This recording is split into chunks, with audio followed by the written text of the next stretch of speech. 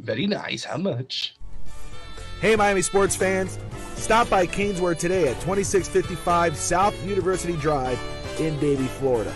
And check out their awesome merchandise selection of your favorite South Florida sports teams. From the Miami Dolphins, Hurricanes, Heat, Marlins, Florida Panthers, and Inter Miami, they've got it all. Celebrate your favorite team and show off your fandom with their beautiful team starter jackets, killer-looking helmets, team jerseys, cool shirts, and more. And if you are out of town or out of state, no worries. Go to caneswear.com and find everything they have on their site. Select what you want, and they will ship your gear to you. Anything over $99 is shipped for free. Don't wait. Stop at Caneswear today.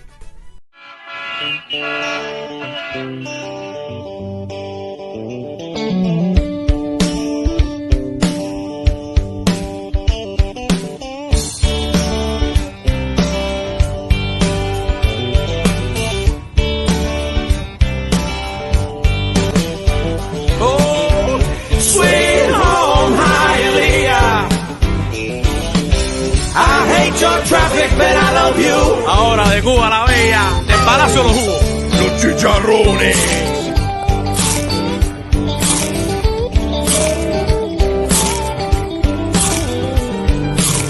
Los vecinos aquí se enteran de todo. Mi vecina era CDR en Cuba. Y en verdad no hay nothing that you can do. Chacleteras sin llames con corbata. Aquí yo vendo hot dog, pero en Cuba yo era médico. Les saco el dedo y digo Q. Sweet home Hialeah. Solo 30 minutos de Le Fallo. Oh, sweet home Hialeah. I hate your traffic, but I love you.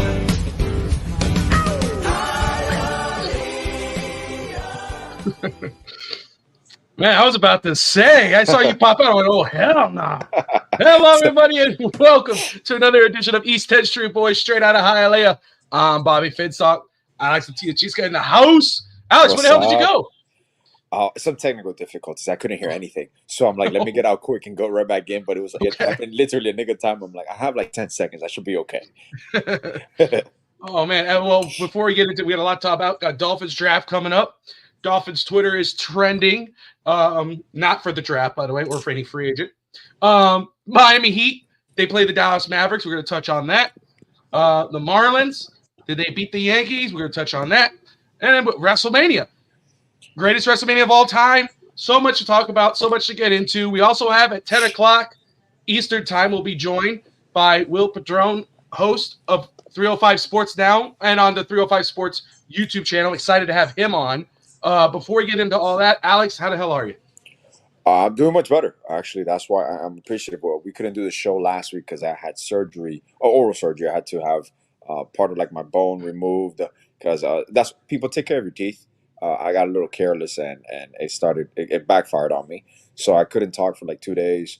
But I'm good now, feeling much better. Actually, eating solid food again, which is great. But I'm good. I'm good. Just a little tired, a little extensive because I'm also working on my driveway, which I had to repair due to the association. My ass about it. So I was going to ask you because you said I'm working on my driveway till late, and I'm like, I was going to message like, what the hell are you doing in your driveway? Like, well, let me just say, I just want to say this. This is my brother. I love him to death, and I know him probably better than most. And I will say this, ever since he could start learning how to use tools and do stuff, he's been doing stuff, in his house with his dad. Any little thing they can fix. Oh, there's a plant. They need to, this little scratch, and they'll cut that little thing out and take the bump out. So as soon as I saw him, Jesus Christ, what are you doing in the driveway? So what the hell happened that you're working on the driveway? Well, the thing is, okay, like when we first moved, we bought the house, 4 years ago? The driveway, they did like a patch-up job on the tile that was there. But obviously, I have a huge tree that with the roots, it kind of rips apart the cement and it starts cracking. So we took out all the tile and we scraped it last year. Obviously, we're saving up. We wanted to do maybe like pavers and all that, but it's too expensive. So we have a gentleman that works around the community, another Cuban guy that very handy, and like 2 or 3 people. And they came over today to help me out just to re-cement a section. So I'm creating like a little incline for water purposes and all that for drainage. So I'm redoing all that. I'm gonna send you a before and after. I'll post it so people can see it, kind of like a little house project. But I should be done by Friday because I'm gonna do this paint that's from like Home Depot. I'll probably get another one from a local store that's like specialized in outdoor, like an epoxy, but it's like granite grip. So we're doing the concrete. I'm painting it. I'm doing some little tile work. I'm doing like a little black finish around. So it's gonna be nice. It's gonna be a nice little project for me. But obviously, we all work. Thankfully, the weather has cooperated these past days. It's been actually pretty cool. It was in the 70s, 80s today here, so it was good work outside weather. So it's not humid, but you got to do all of these things in Miami before July and August. Obviously, before May too, because it's May showers over here. So there's a lot of things that I want to do in April in the outside before the scorching heat of July and August. Man, you know how it is. Well, you For don't sure, know dude. how it is anymore. Nah, You got some cool breeze, man. You got good weather. Well, the weather lately has been, it was storming, it got warm, it got stormy, then it got cold the next day. Um, I'm getting over a severe sinus infection. I've been dealing with something since February. It was strep, COVID, and then they said it was allergies. And then I went yesterday, and they're like, "Nah, yeah, you have a severe sinus infection." Because Yeah, I'm like, dude, I'm coughing yeah, stuff up. It just won't go away. I'm sick of it. Like yeah. I don't know how much I was using Afrin, Flonase, Mucinex Yeah. D. I was using, I'm trying to get just to breathe. Yeah, it's You like we're know, gonna have to put you down, sir. What? It's like yeah, there's no yeah, okay, fixing. yeah. Just no. It's like Just let just it right go. here, Just just let right it here. go. Oh, Shoot me right here, just right there. Yeah, 63 degrees right now, oh, that is and perfect. That yeah, it's is beautiful out. nice, Beautiful smooth. out right Oh, now. But to stroll them, it's weather. cold. That's why like I'm feeling a little hot. Hopefully, they don't have the heater on to piss me off if they do. Oh But man, at 63, you put a heater on, I'm gonna kill someone. dude, it's Someone's ridiculous. gonna die. I've seen the heater on once this week, and I'm like, you better. I told my wife, I said, you better fix that. She's like, oh, You, you know what's fun? Could it just be me? But I can never be inside, no matter how cold it is, with a heater. It's something that it does, like to my lungs, that I feel like I generally cannot breathe. it's I don't know if miserable. does it It's happen to miserable. anybody else It's or miserable.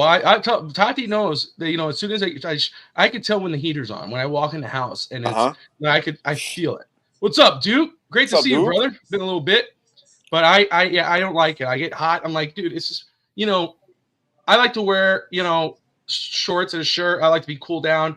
I don't want to when you're tied out, then you got to take off more stuff, and it's like just put a freaking coat. Oh my god, the So, heaters! I have a space heater and a yep, heating blanket. yep. Jesus, And that's my thing. You have a how do you? heater, you have a space heater, but which I gave you because she'll say my bones hurt, and then she was, oh, look, I gotta turn on the heater. Like, come on, dude. It's like, and I don't know how you could sleep with the fan on when you're clogged up because I need air. I need Yeah, fresh air. yeah. I get it's ridiculous. I can't sleep. Like right now, the fan is on. I don't know what it is about this corner that there's no air, and I'm like, I get hot in this area. Oh It's yeah, well, and, ridiculous. and also that partition is kind of blocking Well, some that's of the why. Yeah, I left ventilation. it open right here. I left it open right Sad. here. There's some coming here, but it's still. But Oh man, anyway, you know what you could get, Bob? You could get like one of those little area actual floor fans or like the air purifiers. That's yeah, also like a vent. That is great for that space. So when you're doing shows and all that, you can just kick it on. Like they're in the dude. corner, and they sell them like the desk ones. They're like this big. Like if you go to Target or like Home Depot, you'll see them. They're like 12 inches, 16 inches, and it's like a little air purifier, but with a fan. Yeah, and lo-fi, you're absolutely right. I mean, I'm not. They Mm-hmm. told me too that Yeah, my sinus infection started from allergies, and I talked to Alex about it. I believe it did yeah. start with allergies, Mm-hmm. but when it continued, it flared up. What sucks is that I had everything since February, so it just feels like a continuation. It's just all these different things. So I get all blocked up, and I got to take stuff, and now I got to take some cough medicine that tastes like over the like prescription Yeah, that tastes like pure gasoline. Like if I don't know what gasoline tastes like, but that must be it. that You must be know, it. That must be it. if I don't know what rat poison tastes like, Yeah. but that's pretty freaking close. If anybody just lights a cigarette next to you, you're just gonna blow up in flames. Oh shit! Like fuck, If you cough next to someone lighting something up, just it's gone. horrible, dude. It's horrible. But anyway, it's ridiculous. But anyway, uh, talking. Let me just want to touch on very quick the Marlins. Yes. They've been struggling. They've had a slow start so far. They are 1-11 on the season. However, right now against the Yankees, who are 10-2, the Marlins are leading 5-2 at the top of the ninth. Okay. Pretty damn good. Okay. This is what I want to say about the Marlins. We all have a sour taste in our mouth how the organization basically has been run since I'm forgetting his name right now, the owner and the original Loria, right? Yeah. Well, Huizenga was the first fire sale. Then Loria was the second fire sale. Things of that sort. So, and I and what they did at the offseason after having a playoff run last year, making the playoffs, you got rid of your general manager. You hire all these people, and you start off this way. Now, I will say it's a very long season. I see a lot of people, are ready to, throw it all in, say this sucks, blah, blah, blah, blah, blah, it's over, whatever. They're 1-11. They could be 2-11 right now against a very good Yankees team, unless the Yankees come back, which they can. They got power hitters. Yeah. But the Marlins do have a very talented team, in my opinion. They got a team that could win games. It's a young team. It's a hungry team. I like Jake Berger. That dude's, I think he's going to become a powerhouse. Obviously, Arraez is the main guy there. Yeah. I know, baseball used to be very big for you. And obviously when the World Series, we used to be very, very into the Marlins growing up, especially when they were winning the World Series and things like that. But what are your thoughts on the current Marlins situation? Let me pull this up here for a second. I thought I had it. No, I don't. But obviously we'll see what happens after today's game. They could be 1-12 or 2-11. Do you have confidence that the Marlins could turn this around this season? It's very early. It's a long season. Or if not, what can they do to salvage the season? If you don't think this current team could be competitive, make another playoff run, what can the Marlins do to actually make this a playoff run? Well, first, it's funny you bring it up because obviously, baseball was my first love. I played baseball, organized baseball until I was like 12, 13, and then I obviously switched over just to basketball exclusively. But I'll start from the top. Usually what happens when you have a change in baseball operations, especially when you bring now a president of baseball ops, Bendix, which has done it a certain way in Tampa Bay, and you kind of saw the blueprint because Tampa Bay has been a low payroll, as exceptionally talented farm system, and they've won continuously a few years, and they've been in contention for a few years. Obviously, now this year they started off slow as well. So that is the formula they're trying to replicate with the Marlins. The first thing you saw, I know, and I'll start once again a step lower. They hired Gabe Kapler. Gabe Kapler was the manager for San Francisco last year. He's the assistant GM. There's rumors that he can step in probably and be the manager next year. Every baseball operations president or vice president wants to hire their own personnel. That's when the news came out of Skip's club option being canceled. That was at the request of Skip. People are like, "Oh, the Marlins are doing this." Skip requested to have his club option terminated, so he knows he's a free agent at the end of the year. That does not mean that he might not be back as a Miami Marlins manager in 2025 and beyond, but is highly unlikely because Skip is going to get offers closer to home. He's from the West Coast. He's one of the best managers. He won Manager of the Year last year. We knew. Now I step onto the diamond. We knew this year was going to be I wouldn't want to say a reset year, but we were going to have a rough start. Why? Because our pitching. We were down 3 starting pitchers. Obviously, Sandy was going to miss the whole season. We knew that. We didn't expect Yuri to need to have Tommy John surgery, so he's going to have Tommy John surgery. He's going to miss the season as well. Edward Cabrera is already making his rehab starts. He's ramping up, so he should be back probably within 2 weeks. Now, Max Meyer is going to be – Max Meyer was a stud when we drafted him, and he had Tommy John surgery a year and a half ago. So a big part of our rotation already had Tommy John surgery, which is a trend. And I know this is a topic for another, obviously for the baseball show of the network. Tommy John surgeries have skyrocketed as baseball tries to progress and become more modern and they speed up the game.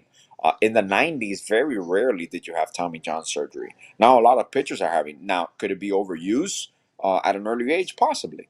But to recap, this year is looking to be like a reset year. Do we have a talented team? Yes, we do have talent, but there's glaring holes, and sometimes it feels like they've checked out in certain situations. I know Skip is going to play with the lineup a little bit too. He might move some people around in the batting order. And honestly, I saw the La Cruz play left field in person. I took the family to a game. We went to the second game of the season, where AJ Puck was pitching. So that shows you what essentially should have been Sandy or Yuri. And when you got AJ Puck pitching, and they've destroyed him this year. They're hitting him at all times. Um, you kind of saw where it was going, where when the offense struggles, they kind of have a letdown. Lewis or even Larrea started slow, but obviously he's going to pick up. Now you have to take into account what are all these players have under team control. For example, Jake Berger, I think, has 2 years of team control under him. So most likely he's not going to be moved. But he's an attractive piece. Honestly, Very attractive. But I wouldn't move him. I wouldn't move Berger. No, I think he's young. no. You know, he's I think he's, he could be a power. Absolutely. He hit a home run today. Yeah. Now, there's a name. I'm kind of hesitant to say it, but I want to, because I saw something the other day. Yeah. Jazz Chisholm. Yes. Exciting player, fun player. We know he's a good player. Mm-hmm. Again, I'm full disclosure. I haven't been able to watch a full Marlins game. I catch up here and there because I don't have them on TV, and I try to follow them. But you see the record. You see the way they're playing. Mm-hmm. It reminded me, what I saw, and I'm going to bring it up, reminded me of when the Lakers were playing trash. Kobe Bryant was injured. Mm-hmm. They were horrible that year. Bryant was on Jimmy Kimmel, and they finally won a game. And they were there with Jeremy Lin. It was Jeremy Lin and was it Nick Young? Nick Young. Anyway, you know what I'm talking about. Yeah. And they're there dancing and laughing and celebrating and Kobe's just looking at him. And I saw one, I think it was earlier today, where Chisholm was dancing in the dugout, doing some dance in the dugout, and Josh Bell was kind of looking at him going like, what are you doing? Like, and to me, it's like, what I think could help this Marlins season, I'm not saying take the fun out. Absolutely not. Have fun. Exactly. Yeah. But recognize that there's a time and a place. And maybe what the Marlins need is a little bit of a maturity boost. So I don't think you should move someone like a Jake Berger, but I think you should possibly look. Obviously, you don't want to get rid of your good players, especially after you made a playoff run. But if it starts to come to where you're starting to really fall a little bit behind, maybe entertain. If there's one player to do that who has a good value, would be Jazz. Get a veteran player to come out there and someone who could help kind of be a captain to the team and set them on the right course. Because I think this team does have talent enough to be a competitive team throughout this season. I just think right now, mentally, and maybe you're right, maybe it is the pitching. Yuri and Sandy are not there. Oh, definitely. Falls them behind, but it's like you have enough talent to overcome that. But you see, that's what you have to. That's what baseball really gets interesting. And as you get closer to a trade deadline, you become a buyer or seller, because you can kind of see already where it's heading. So you really have a month and a half to see if you can kind of climb closer to 500. So obviously there's a chance of you, because you got some of your pitching back. For sure, 2 pitchers are gone. Yuri and Sandy are not coming back this year. They're not going to pitch. That's already for next year, which our rotation for 2025, if there's no moves in a sense, for it's sure. going to look great. You go through hell this year, next year, you're gonna be pretty damn good. Now what this year becomes is truly, and I know our farm system is still weak, but we have a lot of talent in AAA that might need to get evaluated before you make any decisions long term. Because what's going to come down to, Jazz is still under team control. So it's an attractive set, but then you start looking at Luis Arias. If you cannot come to an agreement on a contract extension, you got to move him, because then you're going to lose him for nothing. Kind of like Ohtani with the Angels. Ideally now, hindsight is 2020, so they had a chance to sign him, of course. But now you're like, wait a second, I just lost arguably one of the best baseball players of all time for absolutely nothing in return. So that's when you start with, especially a franchise. We're not the Dodgers. Like Jeff Bezos is not our owner. I mean, I wish Jeff Bezos would just come.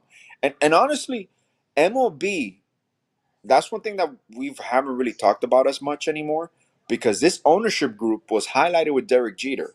Derek Jeter is no longer here. He left 2 or 3 years. Was it 3 years ago? 2 years ago.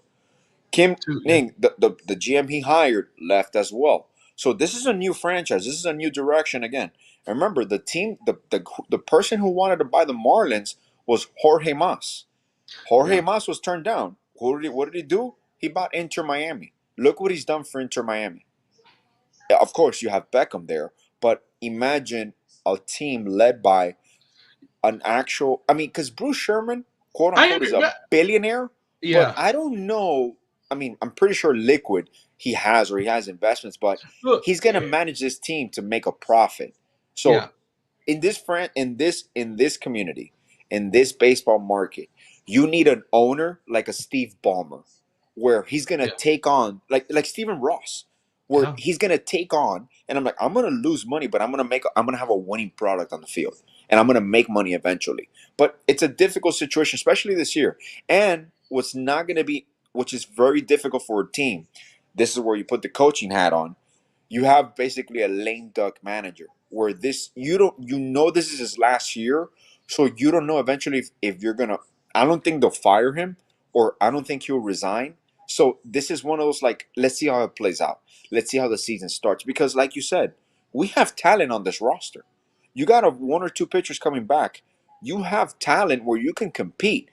Are we going to be able to compete against the Dodgers, the Braves? Probably not, but there's a chance there. But it really turns, honestly, if you're running a franchise, it turns into an evaluation point where who am I going to be long term? Josh Bell's not going to be here long term, so he's probably going to be traded. Lazardo might be traded. So those are things that, what am I going to get in return? I'm going to rebuild my farm system, but I'm not going to gut my team. Like, I like what we have. Obviously, Tim Anderson's going to be here for a year. He's not going to be here long term, maybe another year. Now, we have better catchers in the minor leagues. Our catchers are hitting, like, I think 43, 0.043 batting average. Like, we never thought those are the moments that I'm like, okay, it gets to a point where you have to play your most talented players, and some of the most talented players are in AAA. Even Griffin Conine, Jeff Conine's son, might be promoted before the season's over. There's a lot of talent in AAA, AA that you have to assess. So it's gonna be a reset year, and once again, this is kind of, Bobby, like, you can relate to us. This is kind of like being a Dolphins fan. We're Marlins fans, so we've been through this. You do this in any franchise. The only reason I tell people this and I compare it to is the Houston Astros. Houston Astros have been to 7 straight ALCSs, right? But before that, they had 5, I think 3 or 4 straight 100 lost seasons. So you have to go through it if you're going to build it. But with us is the PTSD of a fire sale. Yeah. We were lied to. They built a stadium. They're going to improve payroll. They're going to raise pay. No, they're not. Like, the Marlins don't make You don't enough have that money. owner, and not No. to get anything from Sherman. I mean, they were a playoff team last year, trying to do things right. And again, it's easy to spend someone else's money. Of course. But it's true. I mean, we would have loved to have a team owner on the Marlins that would be like, no, I'm committed to winning. Let's go ahead and put all the money into this roster. Now, I'll give them one thing before I forget. Give them one thing. They have improved a lot. The in baseball stadium entertainment. Even now, allowing certain instruments. It's gonna be more. That's why it has so much potential. Yeah. I mean, you have the Heat, you have the Dolphins, you got Inter Miami. If the Marlins could put on a team, a roster on the baseball field that will get the fan base truly excited, that place will be packed. You will 100%. See people wearing, because remember, baseball is more Hispanic driven. Miami will be flooded with Miami Marlins, Florida Marlin gear. Yes. Obviously we still love the Dolphins, we still love the Heat, but the Marlins, who again have 2 World Series championships in our lifetime, and thankful for that. But you have all the tools to get this done. Now, you could win with the Moneyball approach about saving money and spending as less, of course, but you have to have the right guys in place to make those decisions. Absolutely. We don't know if they have that yet. And if you don't have that, then don't be afraid to spend money. There's a lot of great players available. But again, I like the Rivera move. They brought in Emmanuel Rivera. recently. That's like a reclamation project. Yeah, I like low it. Cost. Yeah. Low cost. You could get him a few reps, see what he does. I like that. Again, I do like Josh Bell, but Arraez is a good point. Arraez is one where it's like, does he get re-signed? And if he doesn't, do you move him before, especially if you're on the losing side? You hope. I mean, and we take some things for granted, and we have the stadium is beautiful. I don't know. Have you been to? I have not been to the new stadium yet. I will eventually. It's amazing. It's beautiful. Compares to how when we used to watch baseball games and Pro Player before, obviously the remodels. But we take certain things for granted. That the stadium is in Little Havana. That is the epicenter of baseball here. And when I look, I try not to take anything for granted because I compare myself to Oakland. Oakland has lost every professional team, which I don't know up to a certain part if it's the owner's fault, if it's the city's fault, the city government. Like, there's no way that you lose the revenue alone, man. That team. Look what's going on with Kansas City with the Royals and the Chiefs. Are you crazy that the Chiefs could be moved out of Kansas City? The Kansas City Chiefs. Can you imagine? The Dallas wants them. The Dallas mayor was saying I didn't even know they used to play there. Yeah. I was like, are you serious? So it's like, look, first of all, you're a billionaire. You own this team. That's why I have so much respect. I know a lot of people want to hate on him, and that's fine. But that's why I have so much respect. Yeah, for Ross. Oh, he went in his pocket. That arena, that football. But he's stadium. done. Not just the football. Yeah, but Formula One, tennis, Formula One. Yes, what he's been able to do, putting his own money. He's not asking anybody. He does his own money. Now you look at Kansas City. He asked, and they turned him down. So no. Like, I'm going to do it myself. It doesn't hurt to ask. Doesn't hurt to ask. Because what if they say yes? Yeah. No, but you look at the Chiefs, and they go, well, hey, you know what? If you don't do it, we're going to leave. We're going to have to entertain leaving. And it's like, holy crap. You imagine what that does? All right. Kansas City loses the Chiefs. And the Royals. And the Royals. What do you have? But you're right. Can you imagine? Like, it would be such a downer if the Marlins, Sherman came out tomorrow and said, we're moving the team. We're selling the team. Look. That's the reason they got the stadium in the first place. They threatened to move to San Antonio, and they use it as leverage. Now they're stuck. They signed the lease. They're there until X amount of time. And then it ended up screwing Stephen Ross because the commissioners wouldn't approve, and the city and the voters wouldn't approve money for the Dolphin Stadium renovations. There's the Marlins again. We did it to the Marlins. We could have had a dome. We could have had a dome for the Dolphins. And the worst thing is that it's in the Orange Bowl. They tore down the Orange Bowl to build Marlins Park. That's the one that hurt. That's the part that hurt, realistically. But, I mean, all right. So, we'll go on. Marlins did win 5-2 against the Yankees. Pretty good to see. Awesome. Nice. I know someone who is from Miami, but he is not a Marlins fan. I believe he's a Yankees fan, judging by his face that I just saw in the back. But the one and only Will Patron of 305 Sports Now. Let's get him in here. What's up, brother? How you doing? Good, man. How you guys doing tonight? This is actually one of my favorite podcasts, so I'm really happy to be on here, dude. I sincerely mean it. When you guys go on and chop it up, it is just hilarious. So thank you for having me on. I have to clarify one thing, okay? I like both teams. I did like the Yankees first before the Marlins came to existence. So right now, since the Yankees are in better shape, I will root for the Yankees over the Marlins, because they're in better shape. But when push comes to shove, if it's a playoff matchup like in a World Series, I would go for the Florida Marlins. I'm sorry, the Miami Marlins. Because to me, home team takes precedence over anything. So there we go. But I am a Yankee fan, though. Hold on one moment. I'm going to do this live. Look, he always does this during every show. Harrison's FaceTiming me, so I'm going to answer this very quick. Always. Hey guys, Harrison. We're live, dude. Look right here, guys. It's Harrison right here. Oh, is that? Look at that. He looks like Tyler Hero's son. He looks like Tyler Hero's son. Hey, let me hit you up after. What's that? Oh, that's right. You said you're going to get it. All right, I'll call you later. I'm telling you, bro. This man has Harrison. He had no shirt on. He's trying to get in on that Dolphins Twitter thing. But anyway, we'll talk more about that in just a bit. So you say you like both teams. Yes. I have to ask you. We just talked about it. If you could just go a little bit on what you think about the current Marlins situation. They just beat the Yankees. I know a lot of people are already giving up. I understand. But It's a long season. This was a playoff team last year. Alex brought up a great point. Sandy's gone. Yuri's gone. Your thoughts? Do the Marlins have the talent to turn this around and be a competitive team at least, or do they have to do something drastic in order to make it competitive? Yeah, well, I'm gonna be honest with your listeners and your viewers as well. I haven't been following baseball as consistently as I used to when I was younger, but I do follow, from listening to Joe Rose at Sports Talk Radio and on social media, so I could chime in a bit on this. I want to remind the audience that it's a 162-game season. Yep. So I remember the 2003 Marlins didn't start off very well either, and then they had that one summer where they won like I think 20 out of 24 games, in some span. It was some crazy span. That was 2023. I believe in July.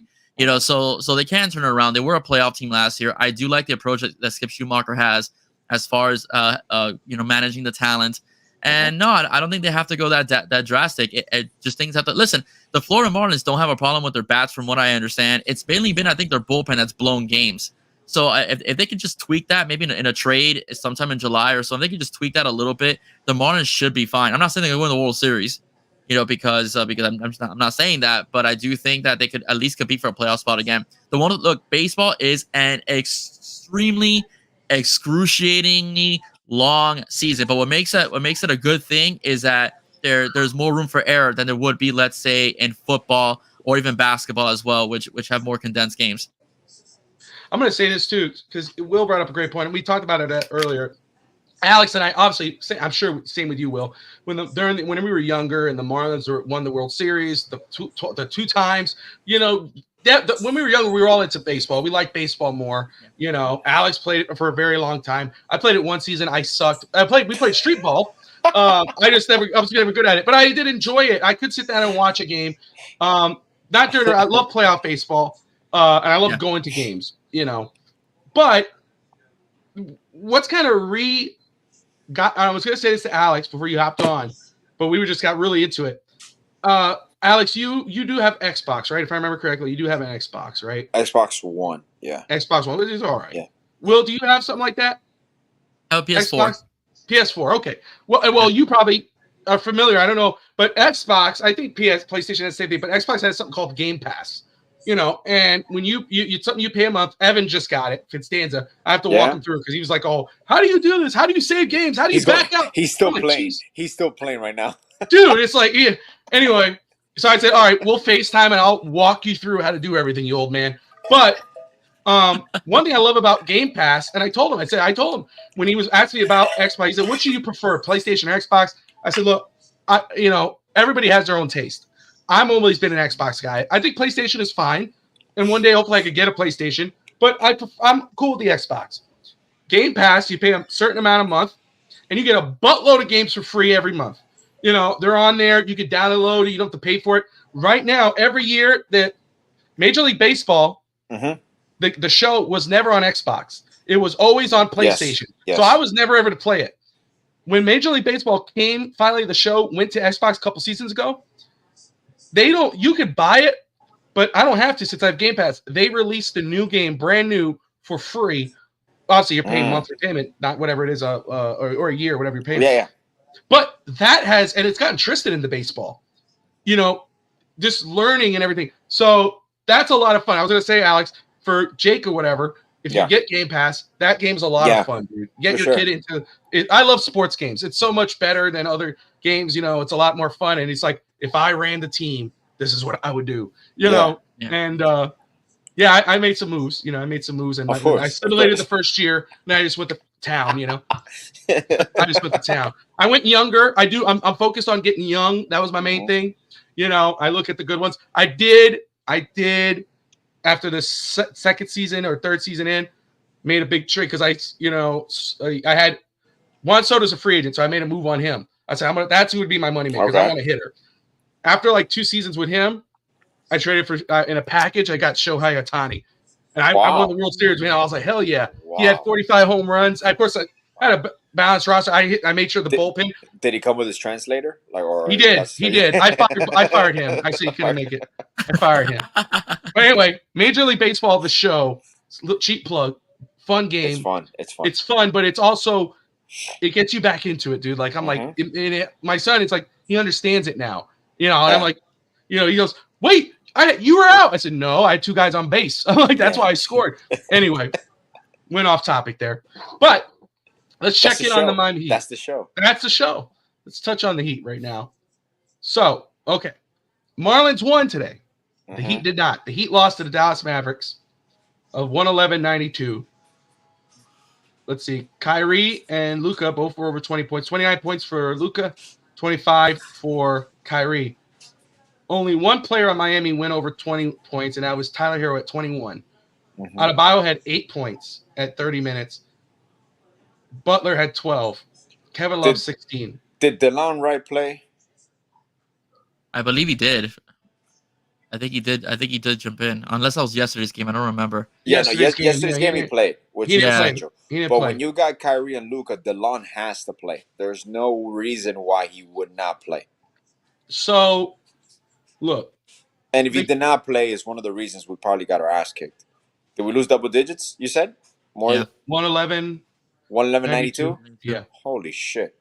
So, the Heat now are 44-36. They are projected to be likely in the play-in. Yeah, they're going to be playing. They're playing. Yeah. This will be the second year in a row that they did. Of course, last year they made the finals run. Yeah. So I'll start with Will here. Yeah. You know, how confident are you that this Miami team could make another finals run or a playoff run? We'll say playoff run to be fair. I think it's possible if this team plays together. If they play together. Listen, to be honest with you, I could be eating my words as if they end up, let's say, in 8th place facing Boston, I could be eating my words here. But I'm really not afraid of Boston. Miami's always played Boston very tough. Eric Spoelstra is very good in terms of game planning for a series. And once he has just one opponent he has to worry about for 4 games, he knows how to game plan. The defense, Miami's historically speaking, his defenses get better as during the playoffs because, you know, like I said, now it's a concentration on one instead of a concentration on a weekly thing. So I do think that Miami can do it. Terry Rozier was playing very well before he got hurt as well. Hopefully Tyler Hero can stay healthy. He's been playing very well since he came back. Again, he was over 20 points tonight. So I do think it's possible. I think the toughest team in the East is Boston. I'm not afraid of Milwaukee, to be frank with you. I'm not afraid of Milwaukee. And a lot of the pundits, and I agree with them, that have been on radio, I think it was Brian Bollinger's one of them, if I'm not mistaken, went on Hawkman and Crowder today, and he basically said that from Philadelphia, Knicks on downward, no one, the East is up for grabs. So I do think that the Heat, I do agree. I think the East is up for grabs. I think the Heat do have a possibility of making another playoff run, but if they do happen to, you know, end up in the finals again against, let's say, Denver, they're not going to win the finals. But they're missing one piece that could contain a guy like Jovic. But yeah, is it possible? Absolutely. I don't want to draw Boston. I think that would be the toughest team. I'd rather draw them off later in the season. But then again, Boston again doesn't really scare me because the Heat have beaten them before, and it's a matchup they faced before. So I'll let Alex follow up here, and I just want to say is that I agree with you, and I've said this last year, Alex. When the Heat were in the Heat, I think they're doing better this year than they were last year, falling into the playoffs and play-in. I think it's a more competitive team. I think it's a more talented team. I will continue to say that. Yeah, there's some flaws there, obvious flaws. And again, you not saying make some big splash, but I'm saying you got to do some moves to strengthen your roster at the offseason. However, the Heat are a different team when they're in the playoffs. You could say playoff Jimmy, I say playoff Heat. When the Heat are in the playoffs, it's a different season. It's a new season. And I'm with you. I'm not scared of anybody in the East, not disrespecting them. I'm not saying, oh, we're going to run over Boston. Absolutely not. Boston is a great team. I totally agree with you. Yeah, great absolutely. Players. But are the Heat going to get swept by Boston? Hell no. Can the Heat beat Boston in a 7-game series? Absolutely. They have before. They will again. Eventually, you know. So I'm with you, Alex. I know how you are, brother. But I'll let you roll. You just say what you're going to say. Well, I'm gonna express frustration in regards to out of all the years, the fact that we are fighting for a play. We're guaranteed to play. Okay. Now, what's really gonna determine is if we're 7th or 8th seed determines that first game if we're home. Most likely, we might fall in the 8th seed and go to Philadelphia to play for that 7th seed. Whoever loses that game then plays the winner of the 9th and 10th to see who gets the 8th. So we have 2 shots to make the playoffs, even if you're in the play-in. Just like what happened to us last year. What happened to us last year, we were the home team on both. So that was an advantage. And we still almost lost to Chicago. Like, people forget about that. It was Max Shoes going off against Chicago in the fourth quarter that kind of, obviously, the only way that pushed us over. What really bothered me about this year was, because I understand injuries aside, and even now, with Hero coming back healthy and people even questioning if Hero's a difference maker, that's the part that genuinely bothers me. And I don't mean to offend anybody that's listening if they're the ones doing it. But if you continue to question if Hero is an NBA player that is going to move the needle, you don't understand basketball and the way this team is set up for Hero to be that player. Now, that takes another step. The number 2 thing, well, actually the most important thing for this playoff run has been Jovic's development.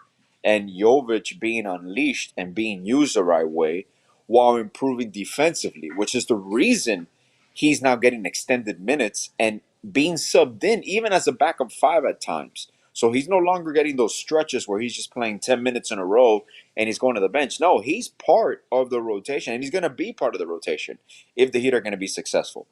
Does it suck that Rozier and Duncan are hurt now? Yeah, but you got 3 games to get healthy. Obviously, pushing the play-in. It all comes down to matchups, because then this is part of them. Like, have they lost some games again on purpose? And quote unquote, you don't want to lose, because what bothers me is about this year, we're 4 games. We're fighting in the play-in, right? We might not even make the playoffs, but we're 4 games or 5 games out of second place. We've alone this year, we've given up 6 or 7 games that were guaranteed victories for us. That's the part that bothers me. And that's the part where I love Jimmy to death and I love his demeanor. I love who he turns into. But this whole casual shit that we had this season, where we're taking extended times off when there's games that we could have played through, that's when it comes and bites you in the fucking ass after all these years. Because seeding is very different. You got the 2nd seed right now. You're going against the Magic, against the Sixers at home. Now, don't get me wrong. It might be falling in place where I agree. I think we're the only team in the East that can beat Boston in a 7-game series. I think any other team goes against Boston, no matter what, at the most is a 6-game series. Milwaukee doesn't scare me at all. Giannis is hurt right now with that calf strain. He's going to rest. He's going to get his treatment. He's going to be fine. But once again, you're down. You are one calf strain away from being swept in the playoffs. And even with Dame Lillard, the Milwaukee Bucks can be swept in the first round. They have no depth. They have no perimeter defense, which you just saw Drew Holiday. Drew Holiday signed an extension today, 4 years, $135 million. So this is Boston's team for the next 4 to 5 years. And I still think we can compete against them on a 90 basis. Definitely in a 7-game series. Let me just ask this, because I see Doll in the comments, and I was going to invite her on. Yeah. Because I wanted to obviously talk on the Heat, but also just because she's led the charge on taking over Twitter. And I just thought it's been so much fun. It's funny. You know, my Tati goes, "Oh, did you see it?" My wife comes in the room. She goes, "Dolphins Twitter is trending. Do you guess why? Go check it out." And I was like, "Oh, gee, okay." But all love and respect to the girls, man. They're kicking ass. But I was going to send her an invite. But I knew it was late, and I was just too late. And I got Will on too, but I think Will would love to have it all on, but maybe next time. But can I have whatever you took? So she said this about Jimmy, and I was just going to ask this. I'm glad Alex brought it up. Yeah, we all love Jimmy Butler. Yeah, we all appreciative of what he's done for the Heat since he's been here, the work he's put in. However, I saw something about an extension earlier today, about the type of extension he could get and whatever. So I'm going to ask you a yes and no question. Should the Heat extend Jimmy Butler, or should they move on? It's going to be loaded. I'm going to say yes, but I'll give you the details after William responds. Okay. Yeah. I'm going to say, yeah, I'll extend him, but not long term. That's the only thing. I don't think they should extend him long term. He's, 32, 33 years old. And he's already he's 34. 30. He's even worse. Yeah, he's 34. Yeah, you can't give him a lot of money and for a long period of time. He needs a couple years, and That's about it. Because again, and listen, basketball is not like other sports where you running all the time, jumping up and down. Channing Crowder put it best on his show on Hawkman and Crowder years ago when he said that there's so many jumps and bends that he could take, especially in a sport like that. That's so taxing. So I don't think that they should. I extend him a couple years, yes, but not long term. I think you need to move into like phase in a new franchise player. And one guy I do like is Triple J. I think that he could be a franchise player.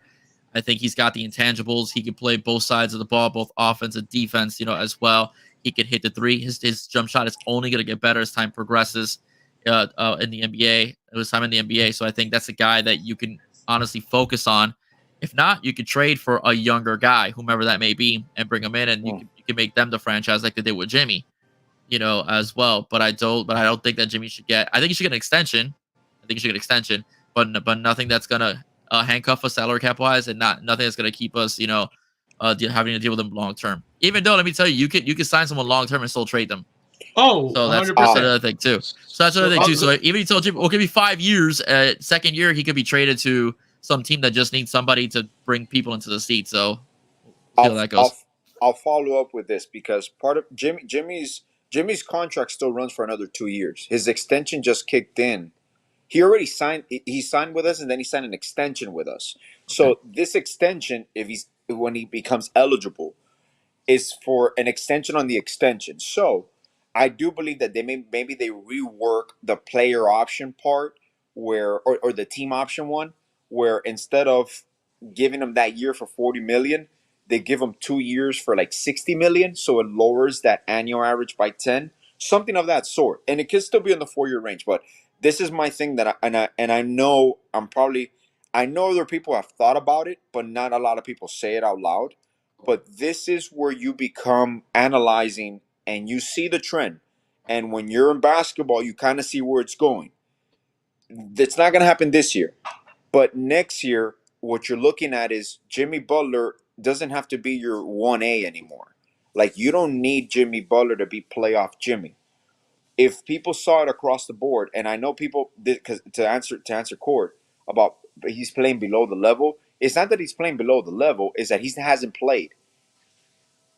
His shooting numbers are up. All his percentages are up. One of the biggest differences when the NBA changed the focus on defense. His free throw numbers are down. He's not getting the calls he was getting in the beginning of the season or last year, where we saw the volume of Jimmy going up. Now, Jimmy can still be your igniter on offense, but you do not need Jimmy Butler to score 35 points. You saw the blueprint when this team was successful, and it happened against Atlanta. And if people haven't seen the games for like 2 months or something, you saw a development. When did this team start kicking? The offense ran around Jovic, Hero, and Bam. And Jimmy became kind of like, if Jimmy's role is magnified, where he's a defensive juggernaut and he gets his easy buckets, he can still get you a bucket whenever he wants. But all of a sudden, he doesn't become the focal point. Either way, Miami always run their offense through Bam in the high post, and now Bam has extended his range. So this is part of a development of you're phasing in a new franchise in regards to having Jovic, Hero, Bam, Triple J. Like, that's your core. My fear is that it might cost us a piece depending on the Donovan Mitchell situation this offseason if he doesn't sign an extension and he's moved. Because it's going to happen. It's regurgitated. It's going to happen again this offseason. The talks are going to be Tyler Hero's going to be involved in trade talks. Does Dame ask out of Milwaukee? All these things are going to happen again. But what I want people to start focusing on, the transition for Jimmy, because people are only thinking about Jimmy's years and Jimmy's window. This team, franchise-wise, this team operates better offensively when it's just not relying on Jimmy. When the offense runs through a smooth actions, reactions, and obviously not having Duncan's range hurts you, but you have Tyler Hero. You got Rozier, which to me was a great pickup, and he's part of the plan next year, unless he's moved as a part of another package deal, because his money, his cap works, and he's still young enough to be a valuable asset for a team that needs him. But I do need people to start preparing themselves for even in the playoff run. And I believe we're going to make the playoffs, and we are going to make a run, at least the Eastern Conference Finals. I do believe we're going to make the finals again. I genuinely believe that because I do see the structure in place, and I do see the evolution in time of Jovic with Hero and Triple J. Triple J is going to fit a role right now where this year, like you mentioned, his jump shot's just going to get better. He doesn't. I don't want this to sound like he's not going to improve. Triple J already has exceeded everything that he could do as a basketball player. Is he going to improve and get smoother? Yes. The only thing he needs to work on is his jump shot. But everything else is pretty much, I'm not saying elite. It's above average, or he's already reached the pinnacle, like his ceiling of what he's going to be. Now, he's still going to improve. The numbers, the percentages are going to go up, but he's already polished in the essence of Tyler Hero's getting there now this year. Jovic is only 20. He's going to be there fully unleashed in 2 to 3 years. So that's the evolution you see where Jimmy just has to play his role. And he has to have fun playing basketball, focus on defense, and just make sure the team is operating correctly. We don't need him to be our hero. We just need him to play basketball. So that is the part where we've become very reliant on playoff Jimmy. And it does. No matter if he says he doesn't. And now the commercials came out with Jeffrey Butler, and Hulu, where he's like, oh, that's where I go nuclear on them. And it's true. Like, and playoff brings out the best in everyone. So, yeah, I do expect a playoff Jimmy. But I expect a playoff Heat. Like, I expect him to top notch. There's just situations where, and I don't like to question Spo, but for example, a situation like today where I have elite guards in Kyrie Irving and Luka Doncic, how does DeLon Wright not get 1 minute when he's your best point of attack defender right now? Especially with other, I mean, you probably use Martin a little bit more, but there's that to me right there is like, why did DeLon Wright not play? Is he hurt? Is something happened yesterday? Because Hero played 48 minutes yesterday. Jimmy played 40-something minutes yesterday. So those are the situations I'm like, why is it he's not playing right now? That's the only thing I question in regards to Patty Mills played. I just looked up. Patty Mills actually played today. Like, I don't play Patty Mills over DeLon Wright at all. Not even matchup-wise. It doesn't even make sense to me not to play DeLon Wright. So playoff success this year will really come out to our matchups. Who we get in our first round, where we could get on a roll. Because you can face Boston right now, but you'd rather face them a little bit later where your team is gelled and you're comfortable. So but you have to face them either way. So wherever it falls, we have to deal with it. We dug our own grave this year. So I'm gonna say it like this, and then we'll move on. Since Alex took up all the time. My apologies. I haven't done a show like in 2 weeks. I know, you're just getting it all out now. The show I was on you, William, when we were on, when I was yeah, that's right. That was the last one. That was a lot of fun. Right? Yeah, that was a good Thank time. You for having me. Thank you for having me. It was a fun show. But I will say this. I agree with Will. I think, and obviously, I feel they will extend him. Obviously, because that's how the Heat are. Give him a deal, make him happy as a thank you for loyalty for Heat culture. But same sense what Alex was saying as well, and I think Will, you brought it up, short term, and also a number that's more beneficial to the team that could get more help.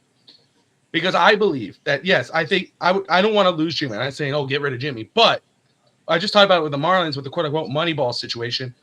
I don't think it's a bad idea that if let's say Heat make a run this year, and even if they lost in the finals or they get eliminated, to start thinking about post Jimmy and saying, how could we use that contract to not get one big player, but two good players to help this team?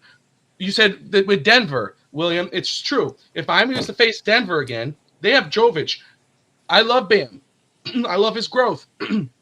But there's no matchup there that could prevent Jovic. It's obviously the Heat need a guy that could come in and could be that defensive star against a guy like him. Actually, this year, if Hero's healthy, we're better matched up with Denver this year than we were last year. Legit. Because the only person that can even attempt to defend Jovic is Bam in the NBA.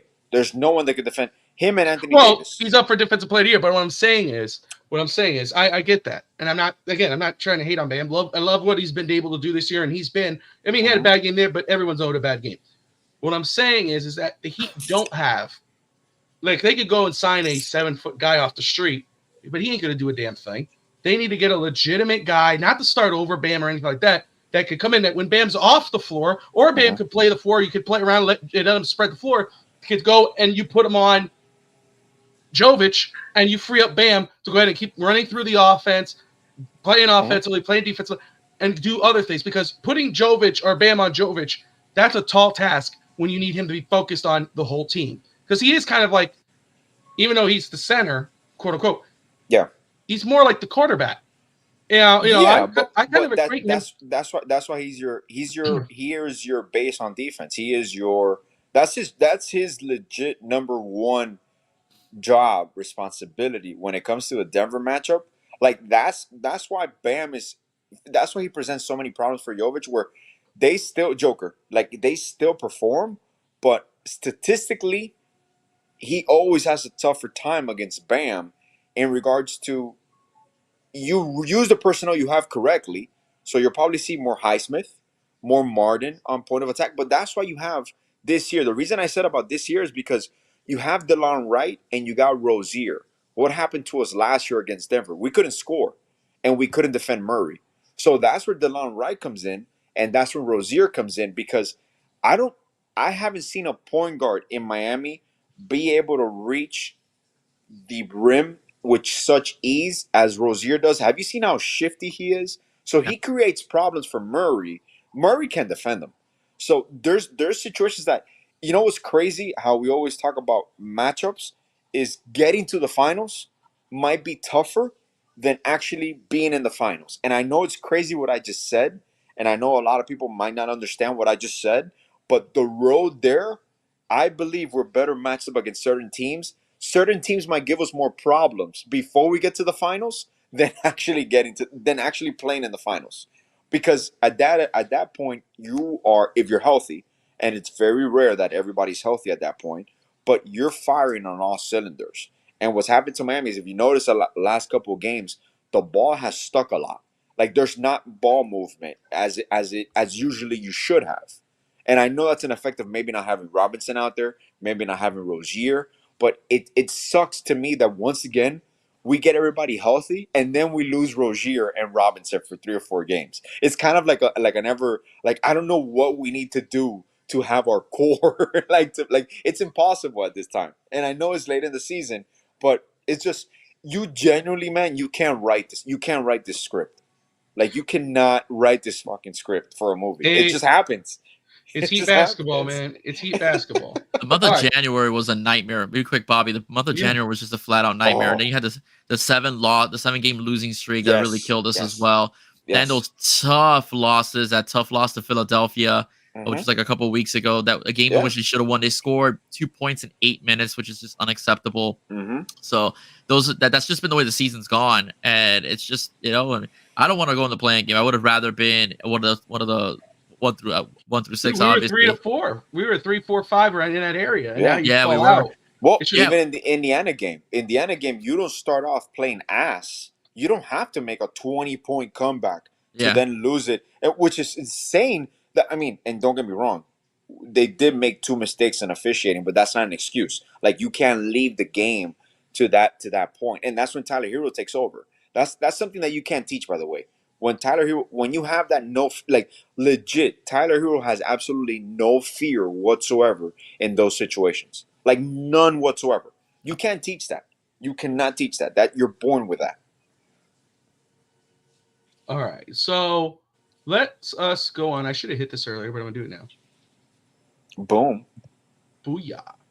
All right. So I should have kept that up, but you know me, I got 1,000 things in one. But let's talk some Dolphins, okay?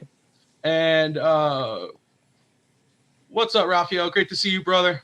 And Rafael just came in right at the right time. Let's talk Dolphins, and let's talk some NFL draft. Obviously, we know what everybody else is talking about, and that's a lot of fun and games, shout out to Court and what they've been doing to be able to do over there. But let's talk about the NFL draft, okay? Very quick. Let's see. So today was revealed that Miami met with edge rusher Carl Larson, who was formerly of the Jets. They met with a starting caliber guard. That was reported a couple weeks back. We know they made multiple contract offers to OBJ, and they signed defensive nose tackle Tier Tart, formerly of the Houston Texans and the Tennessee Titans. These are all positions, interior offensive line, edge rusher, tackle, wide receiver. Those 4 positions are the 4 positions that could be the one picked in the first round, whether at 21 or whatever the first pick is for Miami if Miami decides to trade down. I know you're in on Twitter as much as I am. You're seeing all the noise, you whatever. When you're seeing the multiple contract offers to OBJ, they signed Tier Tart, visiting with Carl Lawson, met with a starting caliber guard. We assume it's Dalton Wisner from Denver. I assume at least. Is the picture becoming more clear to you what Miami's going to do at 21? And if so, what's that position that you think, I think this is where Miami's going? Yeah, I think Miami's still going to go for an offensive lineman in the first round. I still think that they want either a tackle or a center. The Connor Williams got hurt. I do think that they go with the center in the first round with this Jackson Powers or somebody else. I think they'll go interior lineman. I personally wouldn't mind them going linebacker, but they kind of already addressed that a little bit, with a couple of free agent signings. But I think they're gonna go lineman. That's just the way I think they're gonna go. Once Connor Williams went down last season, the offensive line struggled a little bit towards the end of the season as well. So that's why I think they may try to get somebody that can play either tackle or center with that's pick 21. If they don't trade down, that's what I think they're gonna go. Alex, again, I know you've been a little off of it with Twitter and you've been dealing with the tooth and everything else, but I know you're familiar with the hell's going on with the Dolphins. Again, just said receiver, edge, interior offensive lineman, D tackle. They signed Tier Tart. They trying really hard to bring in OBJ, wide receiver. Carl Lawson, edge rusher, who's decent. Solid signing if they could bring him in. He visited with Miami. They've met with a starting guard, and supposedly they told him, whoever, I think it's Dalton Reisner, they said, hey, look, let's catch up again after the draft. If we don't get a guy, we're going to talk to you. Yeah. What is same question. Is the picture becoming clear what they might do at 21? Or and if there is, what is that position that you think Miami could be targeting? Man, to me, I still think it's best player available. My inclination is still Newen if he's there, but I have a feeling they might surprise a lot of people. They might go wide receiver if it's someone drops. I don't know, man. I just think they've positioned themselves to the point where you really can't read what they're gonna do. That you have no inclination whatsoever. Obviously, some people might say the safe pick is an offensive tackle, like a guard. Like some people might say it's a safe pick, but if it's the best player available on your board, take him. To me, the offense is still going to improve, but they do have the depth already to the point where they can guess and they can have a bunch of smoke screens. So I genuinely have no inclination whatsoever because I fell in love with Newen as the DT, but I also see them going for wide receiver if it fits the offense that we have, and he's the best player available. So I genuinely have absolutely no clue what way we're leaning, and I don't think anybody really will know because everything will be smoke screens. So, okay, so I think in regard to Will, what you were saying, center, I think more interior offensive lineman. Could that be a center? Could that be a guy who could play center and guard like Graham Barton out of Duke? Absolutely. They bring in Aaron Brewer, the center from Tennessee, who very good run defender, pass blocker, not so much, but we'll see. Can he play guard? Maybe. But I think again, if Jackson Powers is high on their board or Graham Barton, obviously that could be the pick at 21 or trade down. Alex, I'm with you with the best player available. Wild card is the wide receiver. Now, depending how that wide receiver, there's reports that the Bears might trade up and try to get Marvin Harrison. Now, if they go get Marvin Harrison, right? You got the Chargers sitting there. They get Malik Neighbors. You got the Cardinals. The Cardinals draft Marvin Harrison, Roma Dunze. Brian Thomas becomes the next big guy for receiver. Nobody else. I know everybody keeps saying Xavier Worthy. Hey, you know what? It is what it is. I'm not comfortable with Xavier Worthy at 21. No. We need a big-bodied receiver if that's going to be. We do need a wide receiver 3, whoever that's going to be. Now, if Brian Thomas is sitting there, go for it. If you're telling me, okay, if it's not any of those guys, and you're going to go wide receiver, Xavier, is it Leggett? Very good, big-bodied, strong, good hands. There's a guy there. Obviously, there's other guys too. Obviously, Javon Baker out of Central Florida. That's another guy I like. But Ladd McConkey, wide receiver. That's another one. Short hands, fast. I think 6'1", 190 something. I like him. That's another guy. But don't sleep at wide receiver. For me, and I have it here, I believe that Miami has set themselves up, and they're setting themselves up. Obviously, go best player available or a trade. But it's more as the dust clears up. I think edge rusher, receiver, and interior offensive lineman are the 3 positions more than likely to be it. And interior offensive lineman is a more guard. Like if it's Graham Barton. Now, does Jackson Powers played some guard in college? So let's say if you get there's a rumor that he's starting to slide because of medical concerns. So if Miami were to trade back, and let's say they did that 27-30 range, and they could get Jackson Powers, all power to you, But no pun intended. Yeah. Oh, well, yeah, that's right. But I love, again, you got to give credit where it's due.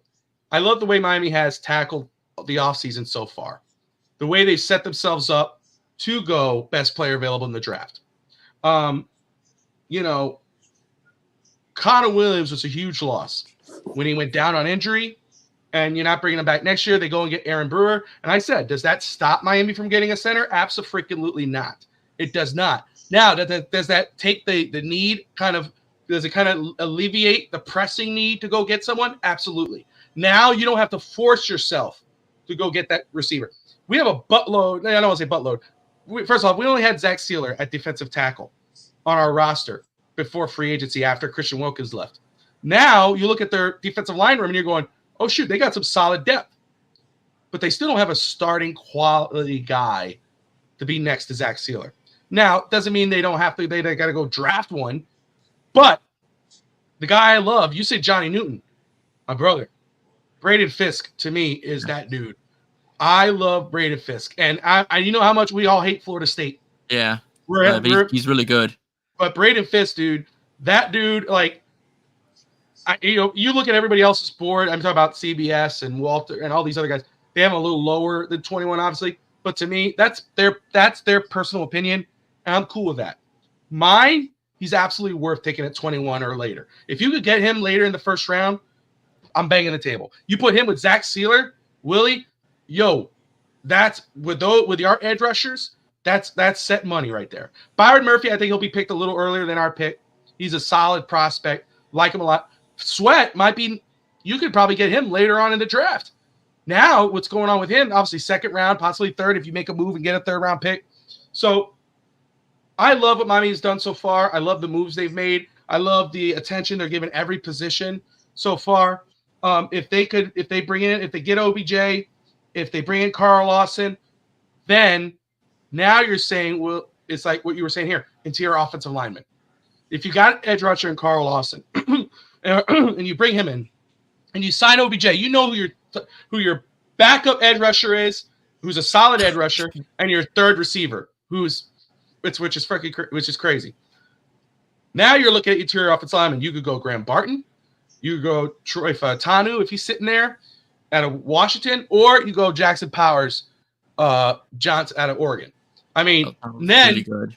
Dude, there's some, and this is the thing. People have to understand. I know our friend Dull, she's like, they got to get offensive line in the first round. Offensive line, there's a lot of good players. You get a solid prospect at 55 or going on. I understand, though, you want to go after the closest thing to a sure thing, whoever that may be. Now, if Fuga's there or Fautanu, I wouldn't be mad if you get Fautanu, Barton, or Jackson Powers. I'd love it. But if you get Barton, he can play guard, tackle, or center. Now you're in the golden goose because if Taron Armstead goes down, you got Kendall Lamb, which is great. Austin Jackson, you got him there. If he goes down, you could plug in Barton, or you put Barton at left guard, or excuse me, right guard because you lost Robert Hunt. You brought back Isaiah Wynn. You're kind of flexible there. I believe Jackson Powers, who's a lot of people's top center, and let's not forget Zach Frazier out of West Virginia, who could probably take a 55. But Jackson Powers played some right guard in Oregon. So even though we signed Aaron Brewer out of Tennessee, you could still draft Jackson Powers at 21 or later if you trade down and plug him at right guard. And now look at your offensive line. So I love what they're doing. I'm excited for whatever pick they make. Now, if they go on and draft some random guy, and that's like, well, come on, you could have got, then. But there's a lot of interesting prospects that it's like Miami set themselves up that they really can't go wrong, Now, is Cam Smith going to start over Kendall Fuller or vice versa? I would say Fuller's going to start over Cam Smith. Yeah, absolutely. That's my opinion. Courtney going to kill me due to mock drafting a receiver in round 1. She scares me. I think, again, I've said this since the offseason. Do not sleep on any position at 21 for the Dolphins other than quarterback. That's just where I stand. Why OBJ? Because the Dolphins are meeting with OBJ. They like him. I think it's a Mike McDaniel move, in my opinion. I would go with a taller, stronger receiver. I think a quality receiver. Don't go after, we got Chase Claypool, but what did he do? Nothing. You need a quality big guy receiver. Now, if Roma Dunze, which he's not going to be, if Roma Dunze is at 21, you run to the board. Brian Thomas is there, you run to the board. But more than likely, those guys aren't going to be there. So you secure yourself, get an OBJ. Obviously Mike McDaniel thinks that he's going to do well in this offense. If you go get him, perfect. If you don't, Will Alex, I think 21 receiver becomes more of a possibility. Josh Wingate in the house, co-host of On the Clock. Cam Smith is a nickel corner. So there you go. Coming in the clutch as always. We have 80 people tuning in right now. I want to thank everybody for watching. You got Will Patron of 305 Sports Now. If you haven't yet, which is crazy, I'm sure you have, go to his YouTube channel, check it out. Great interviews, great guests each and every week. Definitely University of Miami guys, man. And I see someone who might be my cousin, Elijah Melendez, is a Hurricane. I see a lot of his stuff popping up on my timeline. I was thinking, I'm going to reach out, but I was like, I'm not going to do that. I was like, dude, we might be cousins. But he's Puerto Rican, so that's a possibility. Whoa, he's Puerto Rican, so it could be a possibility. He's Puerto Rican. Yes, he is. He's Boricua. Boricua. I would reach out if I were you. Oh, you never know, bro. You never know. But let me tell you guys, if you haven't yet, Dolphins, wrestling, Hurricanes. What else do you talk about on your show, on your channel? It's primarily Dolphins, a lot of Canes, football in particular. I cover some parts of recruiting, and depending on what's out there as well. I cover the Miami Heat, right, as well, and I'll dabble every so often. Like I developed a relationship with 305 Fights TV, so you'll get some local MMA every so often on my channel as well. So you'll get some of that as well. And yeah, I was actually talking to Jonathan Veloso, big shout out to him, of the Culture and Colada podcast, and he wants to do a wrestling episode with me. So Bobby, I'm gonna be targeting you for that one. Okay, real soon. Hey. Yeah, WWE's been trending ever since WrestleMania. Triple H, God bless him, he's done a great job. That's a topic I haven't listed here to talk about because I know you were on and I want to talk to you about it. So we're gonna go on there. But no. But first off, I love what you're doing. I love the MMA. I do. That's a goal of mine, is to get something like that on here. I would love to air live stuff. That's eventually what I would love to do. But you guys can find them 305 Sports Now, sometimes live shows, a lot of recorded shows, great content. Go to 305 Sports Now, subscribe, and check him out. Awesome dude, real sweetheart of a guy. True to that. Duke, is Jonnu Smith any good at tight end? Don't know much about him. Yes, solid starter. Good for Miami. You could tell that Miami has made that a priority. Again, I do believe if Sanders is there at 55, they could go Jatavion Sanders at 55 and get the 2 tight end thing, even with Smythe. So I like it. Miami has to approach the draft with best player available. History shows Dolphins reach with picks. Cam Smith, I'm sorry, at times. Cam Smith, Devon Achane, wide receiver Higgins, OT Hayes, draft class. Well, but Miami is looking like they might not do that. They might go best player available. I would love nothing more than Miami actually going BPA, whoever that may be. Like legitimate at 21, Alex Will, that we're looking at the board and we're going, we see a guy like 10 spots, 5 spots down, 20 spots down. We go, I can see Miami making this guy the pick because we need a guy. We need this position, whether it's receiver, offensive lineman, linebacker, not linebacker, but if they, whatever. And then, because I told Will this, that I don't think there's any linebacker at 21 worth, maybe the second round. But I would love to see that if we're looking at the board and we're going, okay, I can see this guy at number 10, this guy at 12, this guy at 15. And then whoever's the number one best player available, whether that is a safety, a corner, I'm going random a receiver, a whatever. Now, obviously, quarterback's a different story. But any of those guys, and Miami goes and takes the best player available.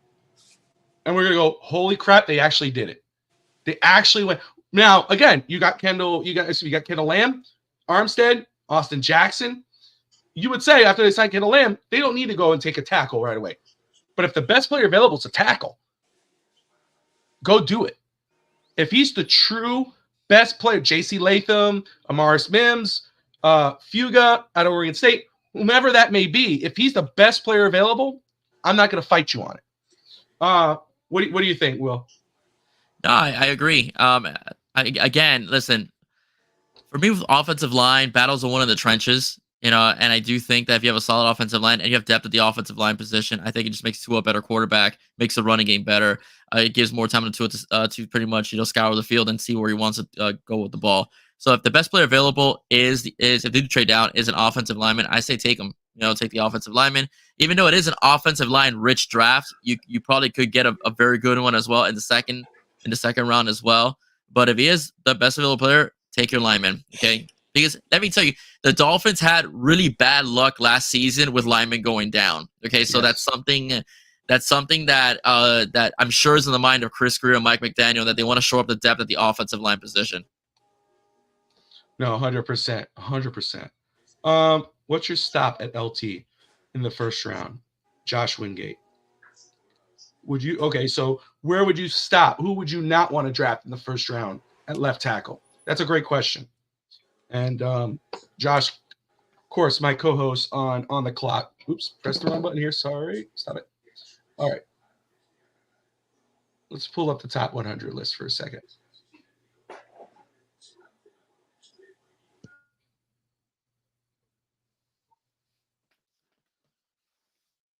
Who is the stop? I'm going to say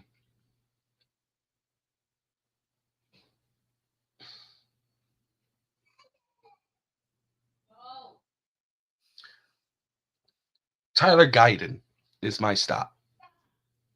After that, don't go after anybody else. I mean, wait till the second round if you have to. That's my stop. Tyler Guyton out of Oklahoma. You put in the comments, Josh, who you think's your stop. What about you, Will? Anybody you have in your mind that you're like, dude, like if that guy's off the board, focus on something else. I gotta look online, man. To be honest with you, good. Don't worry about it. Let's move on to something I would call it culture talk, which is I'm talking about not heat, but let's talk some WrestleMania. First off, I was just telling Alex because he has not followed. I don't watch anything. So he's not familiar with the final boss, The Rock, and again, I mean, it happens to all of us. I mean, first off, Alex, like me growing up, he was more WWF, The Rock. I was Hollywood Hogan, WCW. He was WWF. But life goes on, life moves on. You kind of grow, and you kind of fall. You just think more important things. However, because my kids are into it, and of course, I always followed it because I love professional wrestling. Growing up, Alex knows this. But life gets in the way. It's just what it is. But because my kids are really into it, I've gotten back into it, and honestly, what's got me more into it and into the product is the product itself. First of all, again, what a difference. Will, you brought it up. what Triple H has done, what he's been able to do. First of all the love that he got this past weekend, Paul Heyman and his Hall of Fame speech saying he's a Paul Levesque guy. Stephanie McMahon, night 2, welcome to the Paul Levesque era. They really honed in on this is no longer Vince McMahon thing. McMahon is completely gone. So let me just say what I loved about it. First of all, you could tell that the final boss character is all Rock. You know that he wasn't really, and maybe the plan was, that even though they had Cody Rhodes, that was like, hey, let's go ahead and tease this and let's get involved and whatever. You can tell that it's more of a Rock thing than it is a Triple H thing. You can see the difference. But what the final that character, what he's been able to do to reinvent himself, basically, because it's bigger than Hollywood Rock, in my opinion. The music, the aggressiveness, and love that. Love what he brought to the story. Love what he brought to WrestleMania. Let me ask you this. First off, what have you thought about wrestling in general lately with WWE and Triple H? I'm in the same position as you are as far as life goes. Again, I keep up with professional wrestling through social media and YouTube, but it still gives you a good picture of what exactly is going on right now, and you can see a major difference in terms of character development, in terms of wrestler freedom, as far as cutting their own promos, a lot more creativity in the ring, right? As well as what you're seeing. You're seeing a lot more of the young guys, getting pushed forward, and they're very appreciative of it. I saw Damian Priest after his championship match tell Triple H after the match, gave him a big hug and said, "Thank you for believing in me." 100%. So you're not seeing going into the final boss character. I want if you don't mind if I share a story of what I read a little bit recently. Originally, which the audience hated, and you, Bobby, even mentioned it on your show. Just let it play out. You mentioned on Twitter, you mentioned it on here, especially on my show as well. It was supposed to be Rock versus Roman. That was supposed to be the main event for WrestleMania. The audience hated it so much that Rock said, "We can't do this. We'll do this another day or another time. Me versus Roman. Let's continue with the Cody Rhodes storyline." But the way he did it was so intelligent, and he did it in such an intelligent way that he went, I think it was on Jimmy Fallon or Michael Strahan's show in the morning, and said, all these people, let Cody finish his story. Cody crybabies, he calls them. Crybabies are crybabies. He did such a good job that he made himself the heel, and a believable heel right away. That doesn't happen under Vince McMahon, because Vince McMahon was very much, no, this is what I'm going, which is sad, because that's how we got the Attitude Era, because he listened to the audience. That's how we got Hulkamania, because he listened to the audience. But for some reason, Vince decided, no, this is what you're going to like. You're going to take it, and you're going to move forward with it. And Rock and Triple H are like, no, let's do the Cody thing. And it worked out perfectly. Wrestling is back, in my opinion. I was talking to my students, and I will tell you this, 4 years ago, my students would have told you by freshman year or senior year, I stopped watching that when I was in the 5th grade. No, they now know they know some of the storylines as well. All right, as well, that are going on. So the young people, well into their teenage years, are now watching wrestling. It's so funny. I gotta share this with you, as well.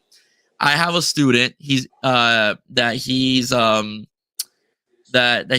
very highly intelligent. Okay, and he goes to he likes to talk. He likes to interrupt me a lot. One of my honors kids, but he's a nice kid. He does. So he said to me, "Oh." Because as you know from my Twitter, and so I call World War I WrestleMania, because that's how World War I looked like. You had a bunch of countries wanted to fight each other. They had one country betray another and join another country. It was great. So I go, if you ever watch WWE, look at World War I. And one of my kids goes, WrestleMania came out this weekend, and then one kid goes to me, the kid I'm telling you about, he says, I didn't know The Rock was a wrestler. I thought it was only John Cena. And I said to the kid, what do you mean? And that's when he became famous. I just thought he was an actor. I didn't know he was a wrestler. And I go full Rock in class. And I go to him, I go, you don't know about The Rock as a wrestler? How dare you? You don't know about the Great One? You don't know that for years, people used to go 1-on-1 with the Great One? You don't know that he's wrestling Cody Rhodes this weekend? I don't know who Cody Rhodes. You don't know who Cody Rhodes is? You don't know Mama Rhodes? Do you know Mama Rhodes? I go to kids. Yeah. Do you know Mama? How do you not know Mama Rhodes is? Mama Rhodes is gonna find out who the final boss is. So I did that with my students, and it was a great time. So that's awesome. What I'm saying. It's like I love it. I think it's in the right direction. The music, the character build up, as well. The way the women's wrestling is also being treated as well is very well. NXT is actually a true developmental wrestling league as well. We're seeing good development there as well. Listen, I'll be honest with you. The only thing I like about AEW is how they handle Sting. You know, the way they handle Sting. You know, but I think that in the end, it's gonna be WWE blowing them out of the water as well. I want to say this, and we'll get back to The Rock, but in regards of like, you know, if you want to see the Circus Olay type of wrestling with a lot of the guys and whatever, you watch AEW. Okay. You know, if you want to watch a story, if you want to watch like the show, character building, story building, you know, that Bloodline storyline was the best in a long time. I mean, probably the greatest storyline in WWE. I love it. I mean, Jey Uso, Sami Zayn, all those guys that came through there, and it's not dead. It's not over. They got so much more. I just love what they've done and what they continue to do. Yes, more power to the wrestlers from Paul Levesque, Triple H. When the Run to the Rock, Alex, you just got to go to his social media, go to Dwayne Johnson, and look at the promos he did. Dude, he is cussing now. Fuck Cody. You kind of see like the storyline, kind of like the Attitude Era, where that's like what it you is. just mentioned. Yeah, you're listening to the fans, and you're not overpowering. You don't have an older guy that has a power trip that this is the way we're going to do it. You gave creativity back to creative people, in their prime. So, and this is the thing, you hit the nail on the head because a lot of people see this current era in wrestling, which they introduced a new era, the Triple H era, but they say it's like a revisit of the rebirth of the Attitude Era, except it's not like, you know, you turn it on with your son one night, Alex, and bra and panties. You know, it's that's not what it is. Now the women, like, you know, are actual wrestlers. Becky Lynch, Rhea Ripley, Charlotte Flair when she comes back, Jade Cargill, who's a freaking beast. They're not accessories anymore. Beautiful, they're actual story, but badass. Yeah, and they're you know, they're like real wrestlers, and it's great. You know, The Rock. It attracts a crowd. It attracts more of a crowd. Absolutely. Like my kids are like 100% like zoned in. It's kind of cool as a father that was so much into it to be able to, like, I was watching WrestleMania, and not to spoil it, Alex, or well, I'm going to, but you should watch it, at least the ending, the last match. Cody and Cody Rhodes, obviously Dusty Rhodes, his youngest son, his dad won the WWF championship years ago, but they took it away from him, so he's not counted as a champion. So Cody Rhodes' lifelong goal as a professional wrestler was to win the WWE championship. He didn't want the World's Championship. He didn't want the AEW championship. He won the NWA championship, but he wanted the WWE championship for his dad. His dad obviously passed away. Yeah. He was like, I want to get that for my mom. Last year, he went to WrestleMania, wrestled Roman Reigns. They interfered. Solo Sikoa, cousin of the younger brother of Jey Uso. I mean, Jey and Jimmy, and youngest son of Rikishi. Yeah. Thumbed him in the neck. And 1, 2, 3. Beat Cody. It was like heartbreaking. Fans were pissed. They were like, what the hell? So the fans were really all this whole time, finish the story, Cody, finish the story. So he won the Royal Rumble again. He's pointing at Roman Reigns. I'm coming back at you. Roman Reigns is on another level. I don't care what anybody says. From what he's been to what he is now, it's just, he's right there on this. He had the title for like 4 years. Anyway, which is, Alex says, like, you know, that's Bruno Sammartino, Hulk Hogan. That is insane. He held Bob Backlund. That's what those guys. Anyway, Cody says, I'm coming after you. Friday Night SmackDown, was it? Or was it Friday Night? Yeah, it's Friday Night SmackDown. SmackDown, yeah. Yeah. He's out there. He's looking at Roman. He's talking, I'm going to get you, and I'm going to win. But not at WrestleMania. You're like, whoa. And all the fans are like, whoa. And I was like, if you smell it, it's The Rock. And then he goes, I'm giving my chance to The Rock. And they played it off great, though, because everybody was really pissed, obviously. I loved it because I'm a mark, you know. Oh, shit, The Rock, you know. But it didn't make sense. It's like, why would you have Cody win? You know, you should have had like Rock be a surprise entrant or something. Anyway, they have the WrestleMania press. You know, they have a big thing, hundreds of reporters, fans, everything. The Rock comes out, and and all of a sudden Roman Reigns comes out. Roman says, "I'm going to fight you, Rock," and they're like, "Oh," but they try to buddy up, and it's kind of like, "Whoa, wait a second, why are they hugging?" And all of a sudden they go, "Let's talk about our family," and they show, Alex, what you talked about earlier when you asked, how they are connected. They show the Okay. family tree, how The Rock and Roman are related. It was an awesome thing.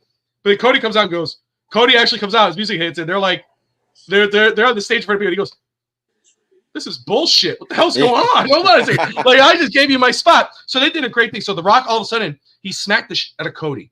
Because Cody was like, oh, your dad would be ashamed of you. And Rock walked up and went, what? And smack. It was like, whoa! They made it fun again. Yes. My point is, they got you, like, you actually went, They got you hooked.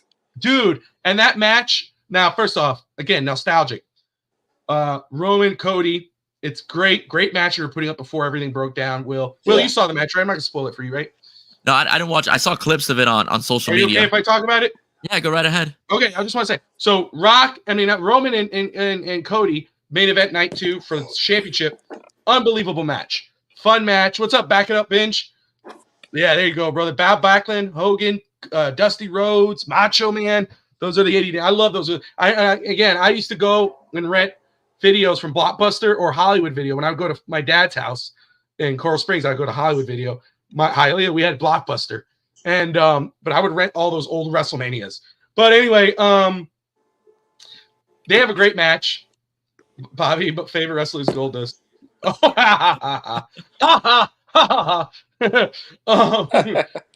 Anyway, so they have a great match. All of a sudden, kind of goes. It's Jimmy comes out. Jimmy comes out as Cody's about to win. Super kicks Cody. Jay comes out, and it's exactly as I called it on a WrestleMania preview show. Jay comes out, fights his brother, spears him off the stage into a table near the entrance. Cody's about to finish Roman. Here comes Solo, same kind of spike. Roman spears him. 1-2, kick out. All of a sudden, you hear John Cena's music pops.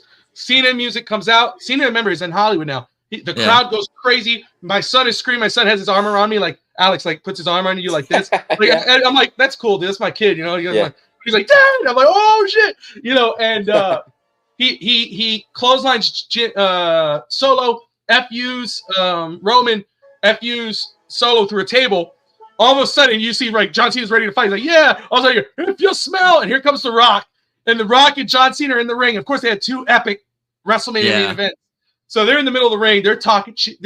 All of a sudden, John goes, you can't see me. Goes hit the rock bottoms. Starts going. He takes his belt off. He's about to smack the shit out of Cody again. I was waiting for the glass to break. Glass never broke. You hear the gong. The Undertaker surprises everybody. Shows up. Choke slams The Rock, and of course Cody finishes it, wins the title. They have an epic thing.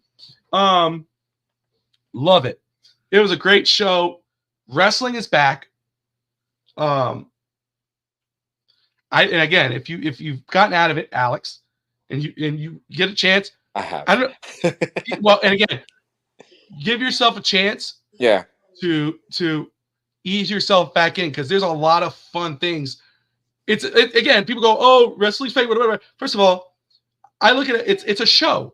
Yeah. It's the same thing as watching a TV show every week. Yeah, it's a series. Yeah. Like you're watching a series. Yeah, you're the good guys, the bad guys. People leave, people come, whatever. That's how it is. Grow the hell up. It's a manly novella.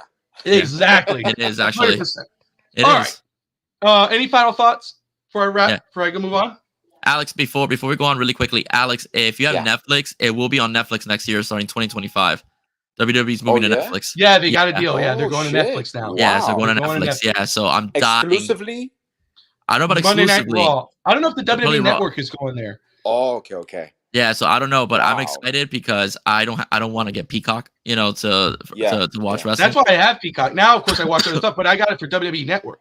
Yeah. That's the next step in the game. Netflix is doing live TV constantly. That's what they thought. Well, WWE had to convince Netflix. Netflix was a little like, I don't want to do live TV, but WWE kind of convinced them we could do it. Let's do it. So, Don the Rock Morocco. Yeah, that dude was a beast. Morocco, man. Last time I watched wrestling, the Ultimate Warrior was my guy. Wrestling is just a lot of fun, dude. It went to a way, it was very boring and kind of fell away from it, but now it's starting to get back, and I just love what it's doing. All right. Alex's favorite part of the show. Random questions. Oh, this is the best. Will, you're familiar with this, aren't you? I'm maybe, I don't know. Oh, well, we're about to put you on. We're about to put you on the best part of the show, man. Yeah, you're getting you're gonna get hot in a second, brother. We're gonna get the heat up on here. Okay, all right, go for it. Let's see. So I have this. I wrote some things down. So first off, let's make an easy one, okay? I guess if you were to open a business, okay, yeah, I'm gonna do it because it says, "Would you ever open a business?" If you were to open a business, what would it be? And we've all done it, right? We've all thought like, man, I would love to do that one. If I could open this business, I'd do it. If you were to open a business, what would it be? Me first or Alex? You. Oh, me. Will. Okay. Well, Yeah, guest of honor.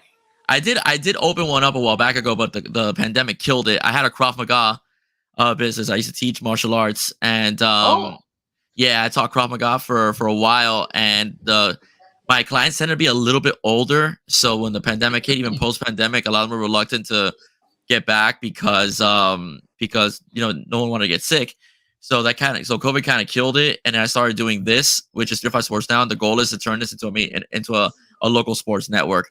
So martial arts, okay, Krav Maga, self defense, that deal would be what I would like to restart again if I could, and make it more, pop a bit more, and a major sports broadcasting digital network. So those are my businesses. Alex? Well, I currently have a business, my Blinds and Shades company. So I already did that one.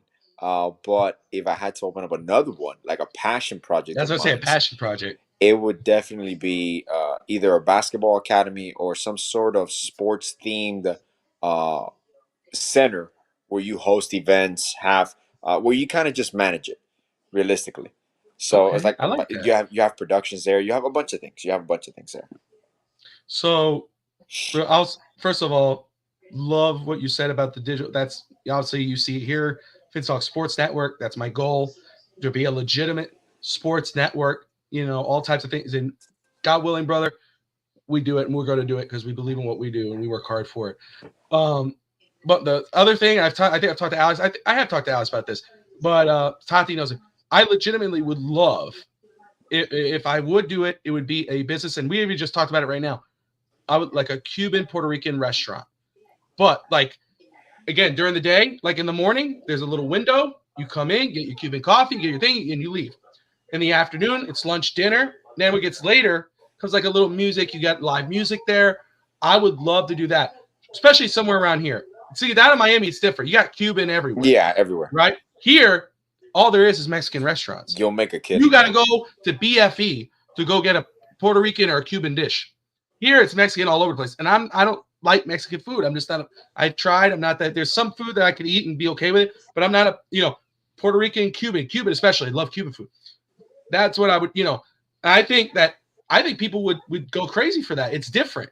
You open up a Cuban restaurant, and again, but also bring the flavor of it and live music. That changes everything. At night, you put live music, so people are sitting down, they're eating, or they want to do a little dancing, and you make it. I would be down there. That Cubano better be fire. Oh, dude, absolutely. I would love to do that. We've talked about Tati just the other day. It's like that could be the play because there was a closed business. He's like, we could open up our Cuban restaurant there. I was like, yeah, yes, you see? I'm telling you, bro. Yeah. In your location where you guys are at, you put something and it hits, and they love that spice, man. They're not used to it. I'm telling you. No, dude, I'm telling you that's what I would do. All right, Alex, this is for you, and this is going to be good for you because I know you would love answers. What is the most annoying quality a person can have? Oh my God. There's so many. The most annoying quality a person can have. Definitely lying and attention seeking at every point. Like that to me is super annoying, where everything is about you some way, somehow. Like the light, the eclipse. Somehow you were the cause of the eclipse. Like that point where some people like that self-centeredness, I guess, of it. I think that's the worst quality anybody can have. Like having no self-awareness and just everything about me. I don't even know is that a quality. I don't know. Can I sum it up some way, somehow? No, egotistical. Egotistical, yeah. I guess we can do it like that. Sure. Will, what's the most annoying quality a person can have? I agree with Alex. I think being narcissistic is another one as well. One thing I can't stand about people is when you're kind of venting or you're talking to somebody is when they interrupt you. Because to me, that's kind of a sign that they don't care what you have to say. They just want you to be done with your story, so they try to cut you off. Yeah, so that's a quality I can't stand. You know, if I'm telling you something, oh, this is going on, blah blah blah. Yeah, but that just shows me that you don't care. You want me to be done with my story. So that's I think that's an annoying quality. That's one of my biggest pet peeves about people. And William, do you get annoyed when people make it about themselves, or like Totally. you're telling them something, and then they're like, "Oh yeah, that happened to me once," and then I was like, "Whoa, okay, all right, thanks, man, appreciate it." Yeah, I've done that. I've done that a couple times, and I only do that because I try to kind of like that's the story. Yeah, you know, I'm familiar to say it happened to me before, bro. I get that, but and there are people that will say, "Oh, dude, oh yeah, it happened to me," and they make it about them. Instead of it's like, I'm familiar with your situation. That's a very old Cuban woman thing to do.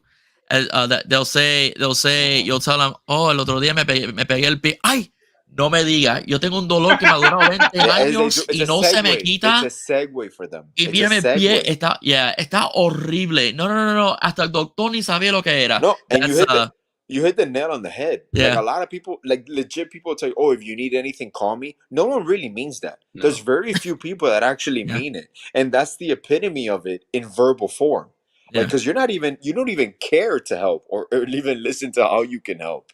It's just, I'm gonna segue to my story and what happened to me and what I think. Oh, and sorry, Bob. Another thing that kind of like it's a pet peeve in regards to that is like when you say something that you like, or like that you're gonna do something, and the other person automatically says, "I wouldn't do that. I don't like that." Like I didn't fucking answer. Sorry, at all. Yeah. It's like, I hate that with a passion. I hate when people or get involved like, "Oh," and I was like, "But what? That has nothing to do with you. Why are you even talking?" I don't even know. Did I ask something? I'm gonna be honest. You guys hit the nails on the head. I would say the one. I mean, right there. I think we're all in agreement of what those are. But mine would probably be, if I had to get one, if not different from yours. Yes, Tati. Melendez. She's talking about the Melendez. Yeah. Tristan does that now. Tristan goes, I think I'm sexy. He looks in the mirror and I'm like, "Oh, dude, hell no."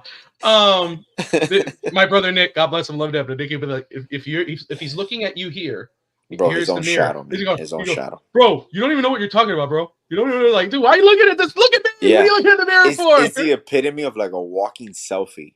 Like if you I would say overreaction. I can't stand overreactions. You know, I am very much like, it's, of course, if something's a real legitimate big deal, let's figure it out, whatever. But it's like, I can't stand that with a passion. Like that's one of my most annoying traits. Yeah. Because to me, it's like, it's like it's becoming over dramatic. You're making it a bigger thing than it needs to be. That's something for me. Overreaction. But you guys are right on the money. Will, what's your favorite holiday and why? I love Christmas. Christmas is for me is my favorite holiday. I'm a Christian, so I love celebrating the birth of Christ. First and foremost, that's to me that's what it's about.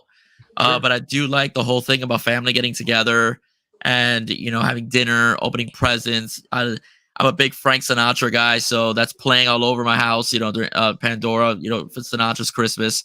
So the whole, and also my son's face whenever he opens up his presents, the face of joy.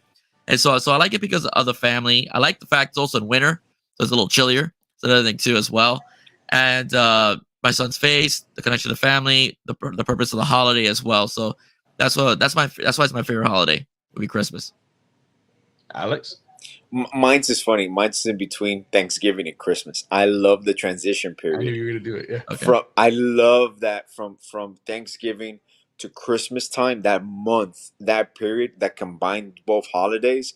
I love it because it's a transition where it's both are family oriented, but it's that winter feel. And especially when it's a little cooler here in Miami, you really get into it and you see the lights and you see the atmosphere. So it's really not one, but it's a combination of the in between. I think that's a great answer because I'm glad you said it because I was like, Bobby's I don't Valentine's. No.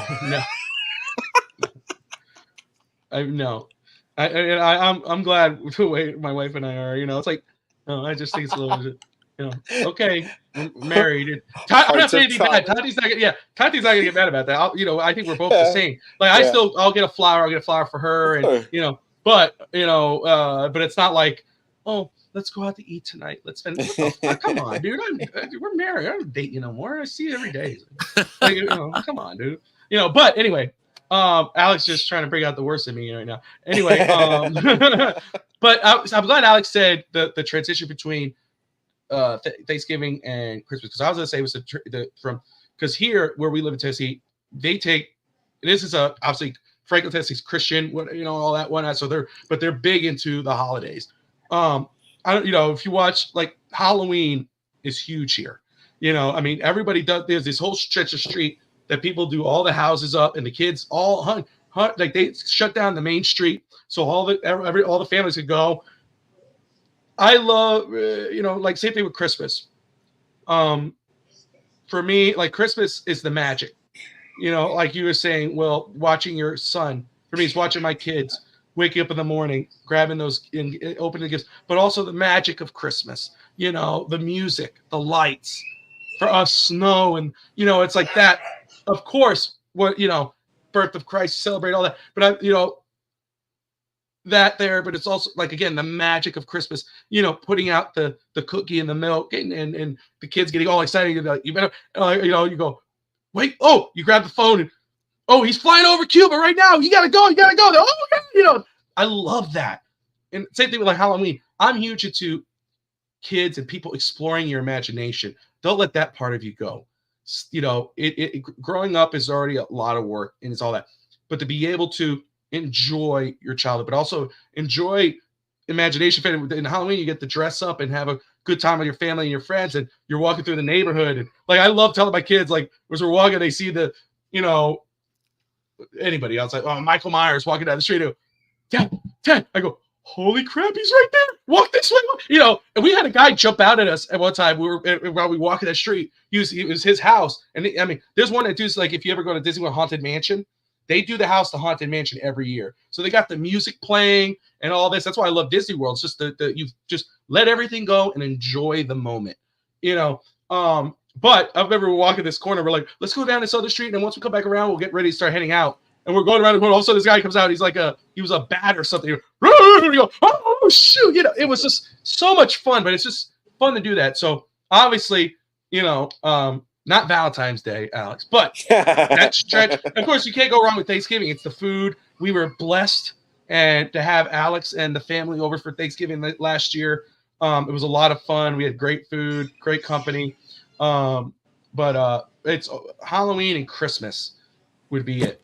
And what I love about Tennessee, living here, is the change of the seasons. Yes. You get to feel the weather. You get to see the colors from green to orange to yellow, orange, fall. That's what I love about that right there.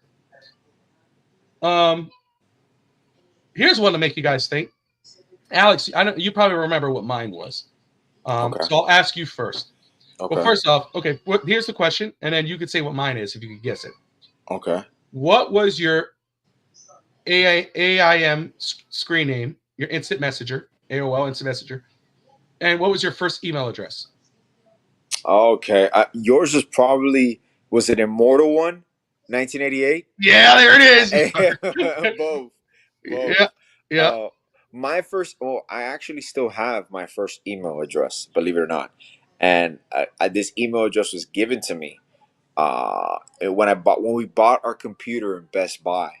So it's still it was my generic email address. Obviously, I have many more after that, but it was alexchiska@msn.com. And the best part is they removed my first part of the last name because I got my computer in 2001 after the terrorist attacks. And one of the terrorists obviously was Mohammed Atta, ATTA. So the guy's like, let's remove the first part of your name as part of your email. I'm like, okay. So that was the reasoning behind it at that, because I guess it was going to be flagged. Yeah. Because remember, my last name is Atia, ATIA. Yeah. So that's the only reason my email is without my Atia, because of the terrorist attacks. The guy had the balls though that say that to you though. Like, he said it to me just like that to prevent problems for you, because obviously they're trying to do more screening. The whole Patriot Act at the time. Yeah. I think he did you a service personally. Yeah, I think he did you a favor. I'm like, for sure. I mean, it's funny. It's not funny, but I start every time I would go to the airport. After that, I was always the random person checked before flight, like patted down and all that, because they saw my last name. If they see you with like long hair and all that, so I'm like, oh, great. Well, Alex, it's this. Yeah, now especially. Let's be Now real, it's bro. now it's just flags at the moment. And you your walk face, in. Alex's face when he's annoyed or angry. Alex is not someone who's outwardly like, oh, fuck this, blah, blah, blah. He doesn't do that. He's a very silent, angry person. You probably push him, and you can, but he's somebody who's like, he'll, very. So I'm sure if you don't know him, you don't know he's a sweetheart of a guy that he's, what he is, and he'll take his shirt off for you. But you're looking at him from far, you're probably going, I don't want to go with that fucking guy. I don't want to fuck that dude. Hey, what's your name? Hi, I'm Alex Atienzo. Oh, fuck. Yeah, you get me one. No, not knowing who he is. But I mean, you got this going now. I said in the long hair. Yeah, for sure. Oh, now the mullet, whatever you got going. Yeah. the Mohawk mullet. The Mohawk mullet. The mullet. What about you, Will? Oh my gosh. I'm trying to remember. I believe I never had an AOL account that I can remember, but I did have an MSN one. I believe it was ESPN23 at MSN.com. Oh, okay. All right. Yeah. I was a big ESPN guy, and 23 was Michael Jordan. Of course. So I picked that number. So ESPN23 at MSN.com. That was mine. There you go. That's pretty damn cool. All right. Got two more. Here's a fun one. Go. What's your survival plan during a zombie apocalypse? Will. Okay, so my wife went through this phase of like, just in case something bad happens, let's get like one of those big food things that they sell at Costco, and so we have one in the garage, and so on. And I think I might have to go my wife's backup plan, and that is maybe buy land in Montana, and just drive over there and like buy land and create a bunker, and take the food with me, and take the dog and the kid with me, and just live out there until all the zombies like eat each other, die. That's pretty much it. Or Brad Pitt saves us. Alex. I'm getting a shovel and just going out swinging, man. I'm just going to go out swinging, bro. I'm going to go take one for the team. I got shutters in my house, so obviously I'll shut down. We got a pretty nice pantry, so we should be good for a week, 2 weeks max. And then I'll start navigating around, see how I can get food and all that. So I've joked about this because, but, obviously live in Tennessee. I know people who have like, first off, like a friend, coworker, Gina, who is a diehard Walking Dead fan. Like, she's gonna know what to do. So I'm gonna target her. I'm like, hey, we're with you. Hey, and then we're gonna make our way to another friend of mine who I know has like he's a what's this called? National Guard.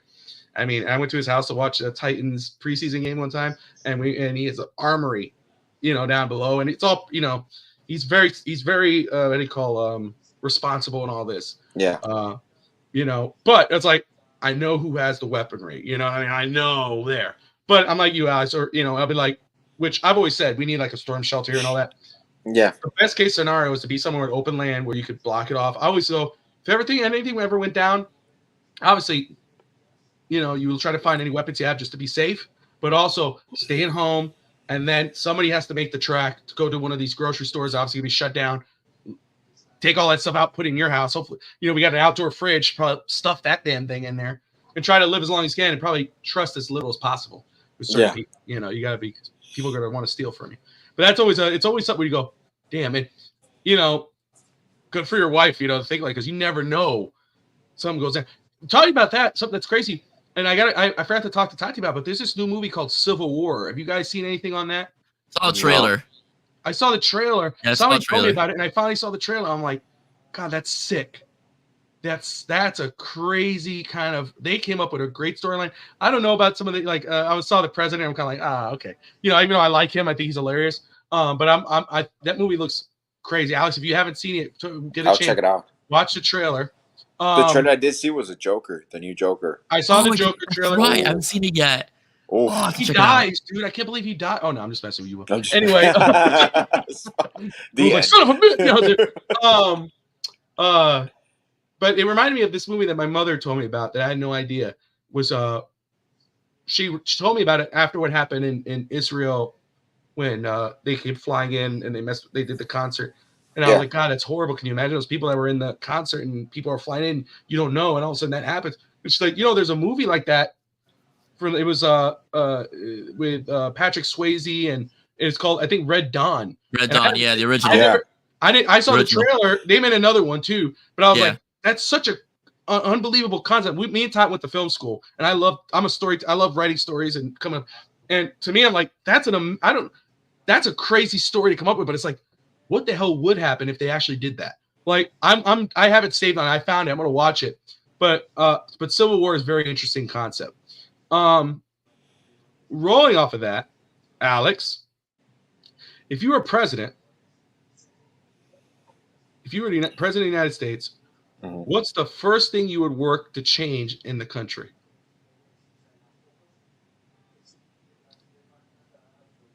If you had like, man, if there's one thing you got to get done, one thing.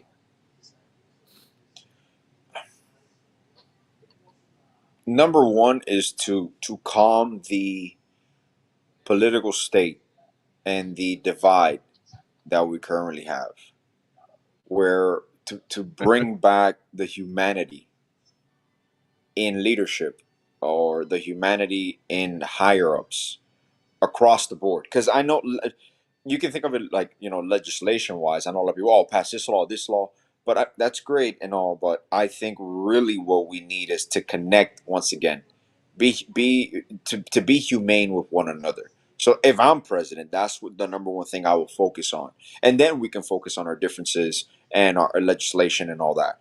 But I would focus on the humanity part of, because I feel we've lost. Even we don't have empathy. We don't sympathize with anybody. It's just you're there and I'm here, and if you're there, I'm not going to talk to you because I'm here. So that doesn't work. A house divided cannot stand. So that's what I would tackle. Interesting. All right. And I don't think that's a bad interesting. I think it's a good interesting. Yeah. We just got to find people who are willing to work together. We Are the World song.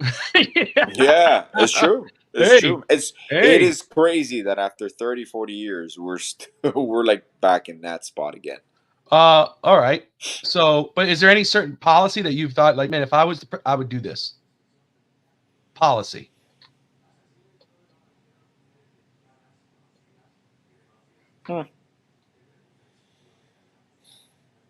See, I left the toughest one at the end, so that's what I was like.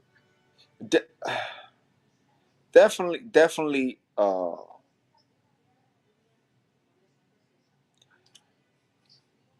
I think it will be in regards to taxes or immigration, to find a happy medium, because, for example, even with immigration, obviously, there's a lot of people that want to work and a lot of jobs that need to be had. She's like, I know she's going to do that. I think it's a good question. I don't think it's bad. No. It's an interesting question. Absolutely. I do think it would definitely be either tax related in regards to tax brackets and attacking our national debt, because I think it's a laughing stock. Really, we just print money whenever we want to at times. Both parties does it, so it's not really a partisan thing. They just print money when they need to. But I definitely maybe immigration, trying to find finally a solution that everybody can do so in the right manner, and provided there are a lot of immigrants pay their taxes, work the jobs that people don't want to work here. So if you want an opportunity to improve your quality of life for generations, by all means, we could do so in a legal matter, and basically attainable for anybody that would like to do so. Because at the end of the day, you're helping out the economy. You're growing this country as well, and this country is built on immigrants. So you can't turn your back on them in regards to that. So that's what I'll focus on. Since I'd be dictator, so I can be in power.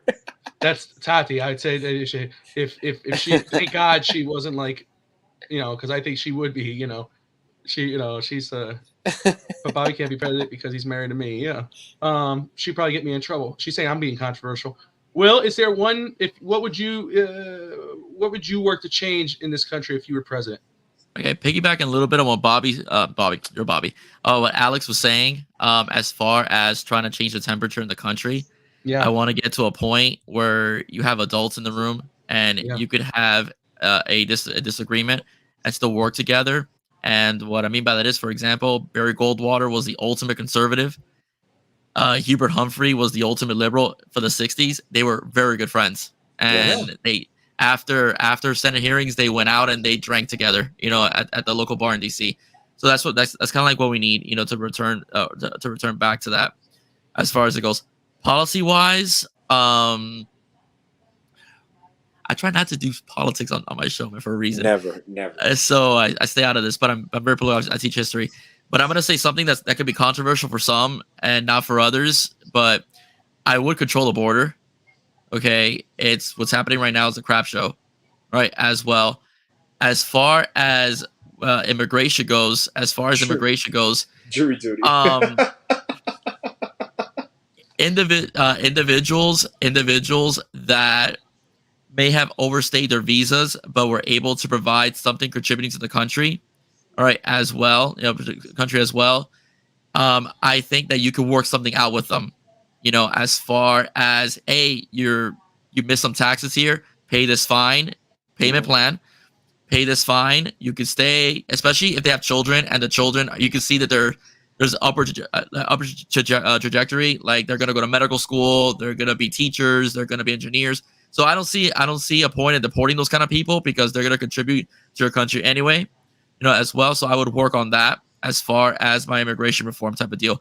So because the border is a mess. So have a better vetting process, better security, where you're not hearing stories that border patrol agents are getting pelted with rocks and they're drug smuggling and fentanyl, all that stuff coming through the border as well. Control that. And the people that are already here may have overstayed their visas, and contributed are law abiding in the sense that they're not committing crimes. Work something out with them, right, as well. And again, have a program in which, like you were saying, Alex, jobs that people don't want to work, instead of paying them under the table, put them on it, like they do here in Florida. There's a farm, I think in North Florida, that they bring in a bunch of migrant workers and they're paid $15 an hour. Yeah. But they're migrant Legit. workers and they're here. They're migrant workers and they send that money back to Mexico, Guatemala, where they're from. Something like that, where we know you're here. We know you're here. We know we can track you. You're not hiding in the shadows. Yeah. You're not hiding in the shadows. Something along those lines. I think that's the best way to kind of work those things. And one more thing is education. I'm a teacher. I'm a teacher. If you really want to make a digital education work, you've got to fund it, and you got to fund it correctly. Okay? When you put money into a school and you want kids to use electronics, first things foremost, make sure that the Wi-Fi works 100%. Yes. You stay at a hotel, has, let's say, 2,000 people staying in there, the Wi-Fi never dies. If you're going to have a system where you have a lot of exams, the Wi-Fi has to work. And not only that, work with a Microsoft, work with a Canva, work with a Blackboard, that if you want kids to type essays on a digital platform, it tracks, like they do in the universities, it tracks their plagiarism. Because what we're getting right now is I tell kids, give me a short answer essay, and guess what? ChatGPT is Wikipedia everywhere. Those kids don't know how to write, they can't express themselves, and what happens? They go into the workforce, they can't even fill out a resume. So those are two things I would fix. No, great answer, deep answers. And again, this is all it's for fun, but this is what the show's about. We don't hide from them. And it was that's why I said that this question's going to be a tough one. I said this will be interesting. This is going to stump them a little bit. First of all, for me, Alex knows that I've thought long about this because I thought about that before in the past. But what you guys have said, I think obviously, yes, we need to bring people together. We need to get people and you say, hey, look, you disagree with this, I disagree with that. Sorry, I'm laughing at Ralph's answer. Oh, you're good. We should be able to, and you brought up two great, but do you think currently or more recently, John McCain, Joe Biden, Democrat, Republican, two different sides of the thing, but they were close and everything. Now, of course, everything's kind of more divided. John McCain, God rest his soul, and all that. That's gone now. We need to get people that will be able to sit at the table, and I disagree with you, disagree with me. We have different views, but we should be able to sit down, break bread together, and work this out. However, policy-wise, for me, term limits on Congress and the Senate. Yes, I agree with you 1,000%. That's the one thing right there. Again, 2 terms. everyone should have a right to. Yeah, everyone should have a right to run. If you know whatever but having lifetime members in the Senate, in the House, we basically can hold the country hostage. Yeah. To me, that's going to change. That should change. If I'm in there, first thing I'm doing, I don't know what the rule. I know executive orders and all that, but if I'm saying, hey, you know what? There's the executive order. Now, if you've been in there for 12, 15, 16 years, and I'm signing that thing, you're done after that term. We appreciate you. Thank you for your service to your country. Yeah, but you know what? You got to roll out. We got to get some new faces. I would even do it to Supreme Court justices. Would you think that's too far, or would you do? I even think there should be. I think one step at a time. My thing is, the Senate and the House need to be limited terms. Yeah. Like, I have respect for the congressmen and women and Senate, whatever, that say, for instance, like Mitt Romney recently, say, hey, you know what? I'm old. I've done this, sir. I've done this for this amount of time. I'm ready to step back. God, I have so much respect for you to say, I've done what I needed to do. I've been here. I've done this. I'm really step up. And because there's guys that go in there and do the job. They actually do it. They're trying to push laws. Might not be a law I agree with, but at least they're working. They're doing what they're supposed to. But there's other ones that are totally just living off the taxes, and they're holding the country hostage. They've done the studies, man, and if they do the financial studies of congressmen's net worths while in office, it's insane the way they've duplicated, tripled their net worth with no excuse. After your term is up. Yeah, and after your term is up, if you want to stay, like that's my thing. You're like, man, but I'm not done. All right, well then now you get if you were in Congress, now go run for the Senate. That's fine. You know what? But you got 2 terms there too. Yeah, exactly. Go do what you need to do over there. But to me, that's one of the main things, because we want to help start fixing it and get people to work together. Start cutting that cut the head at the source, because you have presidents who leave after 4 to 8 years, but you have someone else who's been there for 15, 20 years until they're dead. And they're not bad. Most of them, whatever. I'm not saying one. I'm not pointing out to one person, but there's no reason why there should somebody be 25, 30 years in the Senate until they're dead. Now you vote someone else in, or you don't. No, it should be just like whether it's if the president's 8 years, you're 12 years, but after 12 years, you're out. That's what I even said with the judges, because the law is the law. The law evolves as well, but you have some of these justices that have been there, for example, let's say 30 or 40 years. You're not going to think it's. I just don't think it should be based on favoritism. And unfortunately, it is. Judges are appointed and approved based on who's in Congress at the time, who the president selected, and it's all for your benefit, for your party. And that's the part where, to me, as a country, we should be nation first. I've always thought about that. It's your nation first. You are America first. It's not about I'm a Democrat, I'm a Republican, or you don't like me because I do this. No, it's like, how can we improve your home, my home, all of us together? We're not going to agree on everything, and that's okay. But I don't need a person that's been there for 35 years telling me how I should live or what law should pass. That to me is the part that bothers me. Because as a human being, you evolve, you mature. And even in older age, you change perspectives at times. And then there's some people that still have the same perspective they've had for 40 years. You can't run a country with the same vision you had 50 years ago, because you're not progressing at all. And I don't mean that in any specific partisan way. I'm just talking about in general humanity. Like, you cannot live right now how you lived 30 years ago, because you wouldn't survive. It's plain and simple. Yeah. For me, in the House, it should be 5 2-year terms. So in the House of Representatives, you can't serve no more than 10 years. In the Senate, 2 6-year terms. You serve your 2 terms, and 12 years are out. That's just what I just said. Yeah. If the president is 8 years, 4 to 8 years, then that should be what is 6 to 12 years, or what you were saying, 5 to 10 years. Yeah. Which, because you can't do that with the 8 years because you need to stay there to go ahead and build the laws and work it out and build relationships, whatever. But after 12 years, brother, you're done. Yeah. If you still want to do something, go to the Congress. As far as justices go, I think that eventually they may need a cognitive test as far as their age goes, because you had William Rehnquist that was dying. As well. I like the Supreme Court, and as someone who's a bit conservative, I know some people don't like it. It's an unelected body, but I think because the fact that it's been chosen, in many cases they'll surprise you in how they rule. in terms of laws and so on. So I like the Supreme Court in that regard. But what I do agree with you, Alex, is the fact that some of these guys, they're in their 70s.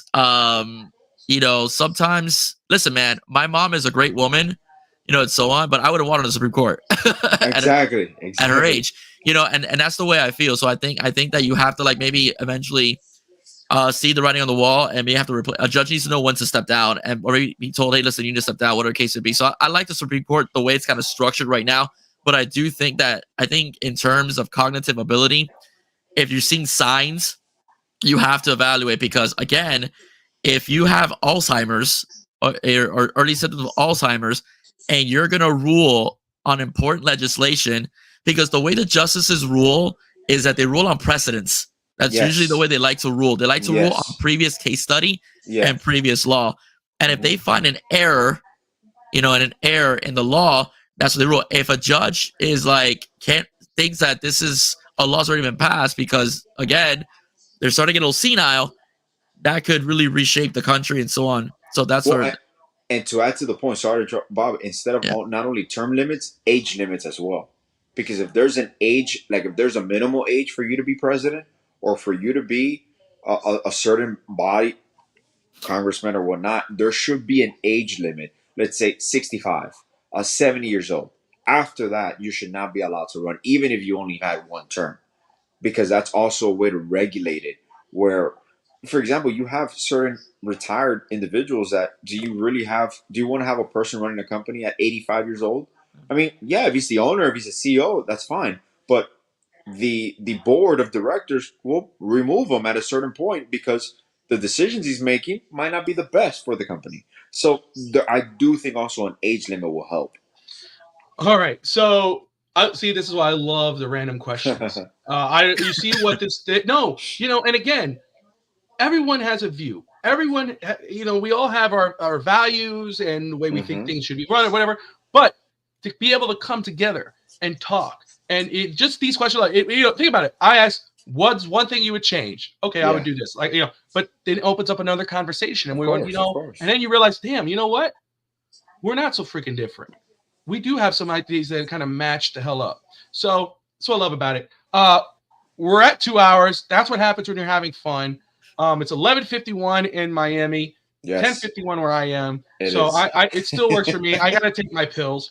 My pill, it's too big. They give me $8.75. I'm like, what the hell? But anyway, freaking elephant pill. But anyway, and I gotta take the gasoline cough medicine, because I don't want to cough throughout the night. But Will, man, first off, it's so awesome having you. And I gotta tell you, it means so much to me. Alex, I don't want to speak on Alex, but I know it does.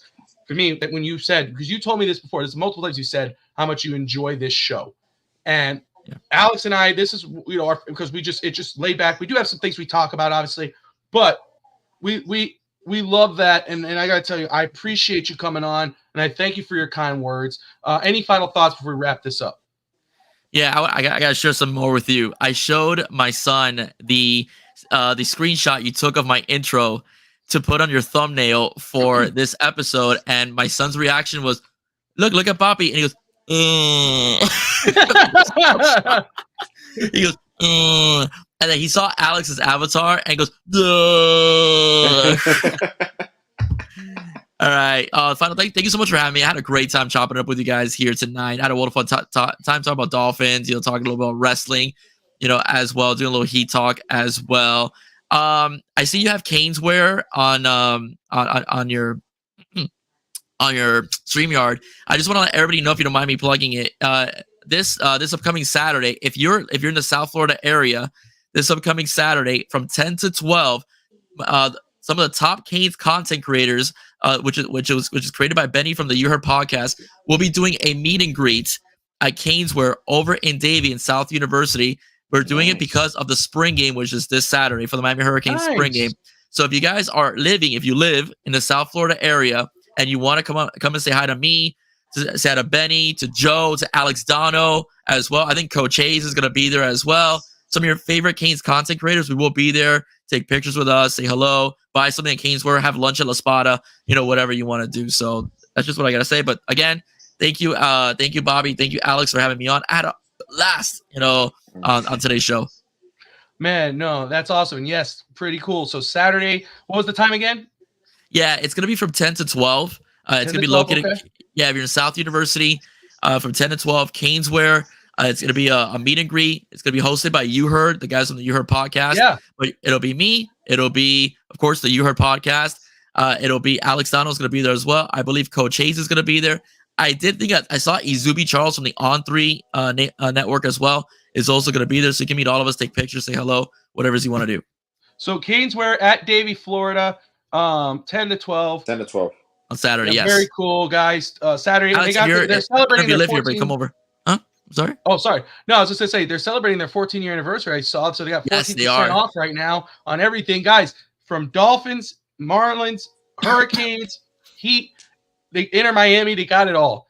And if you haven't gone there, if you live in Florida, you're close to Davie, stop by the shop. They got 2 stores next to each other. They got the outlet and they got Canesware. Mm-hmm. So Joe, check it out. Go see Will on Saturday. Man, if I was down there, I'd do it.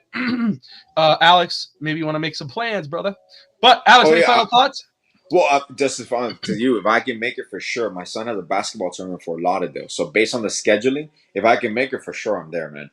But thank you for being on with us, bro. It's always a pleasure, and I'm just happy to be back. I'm feeling much better, so obviously I'm gonna make my commitment. I'm almost done with volleyball season, so you will see us regularly every week. Hopefully Wednesday night, right, Bob? We're gonna stick to Wednesday. That's the plan. Yeah, until after the draft, we'll go back to Monday. Cool, man. And just to my Heat culture, my Heat Nation, take a deep breath. Let's finish out the season. Let's see where we fall in the play-in. Let's see who our opponent is in the play-in, and then we'll go from there because we are going to be in the play-in.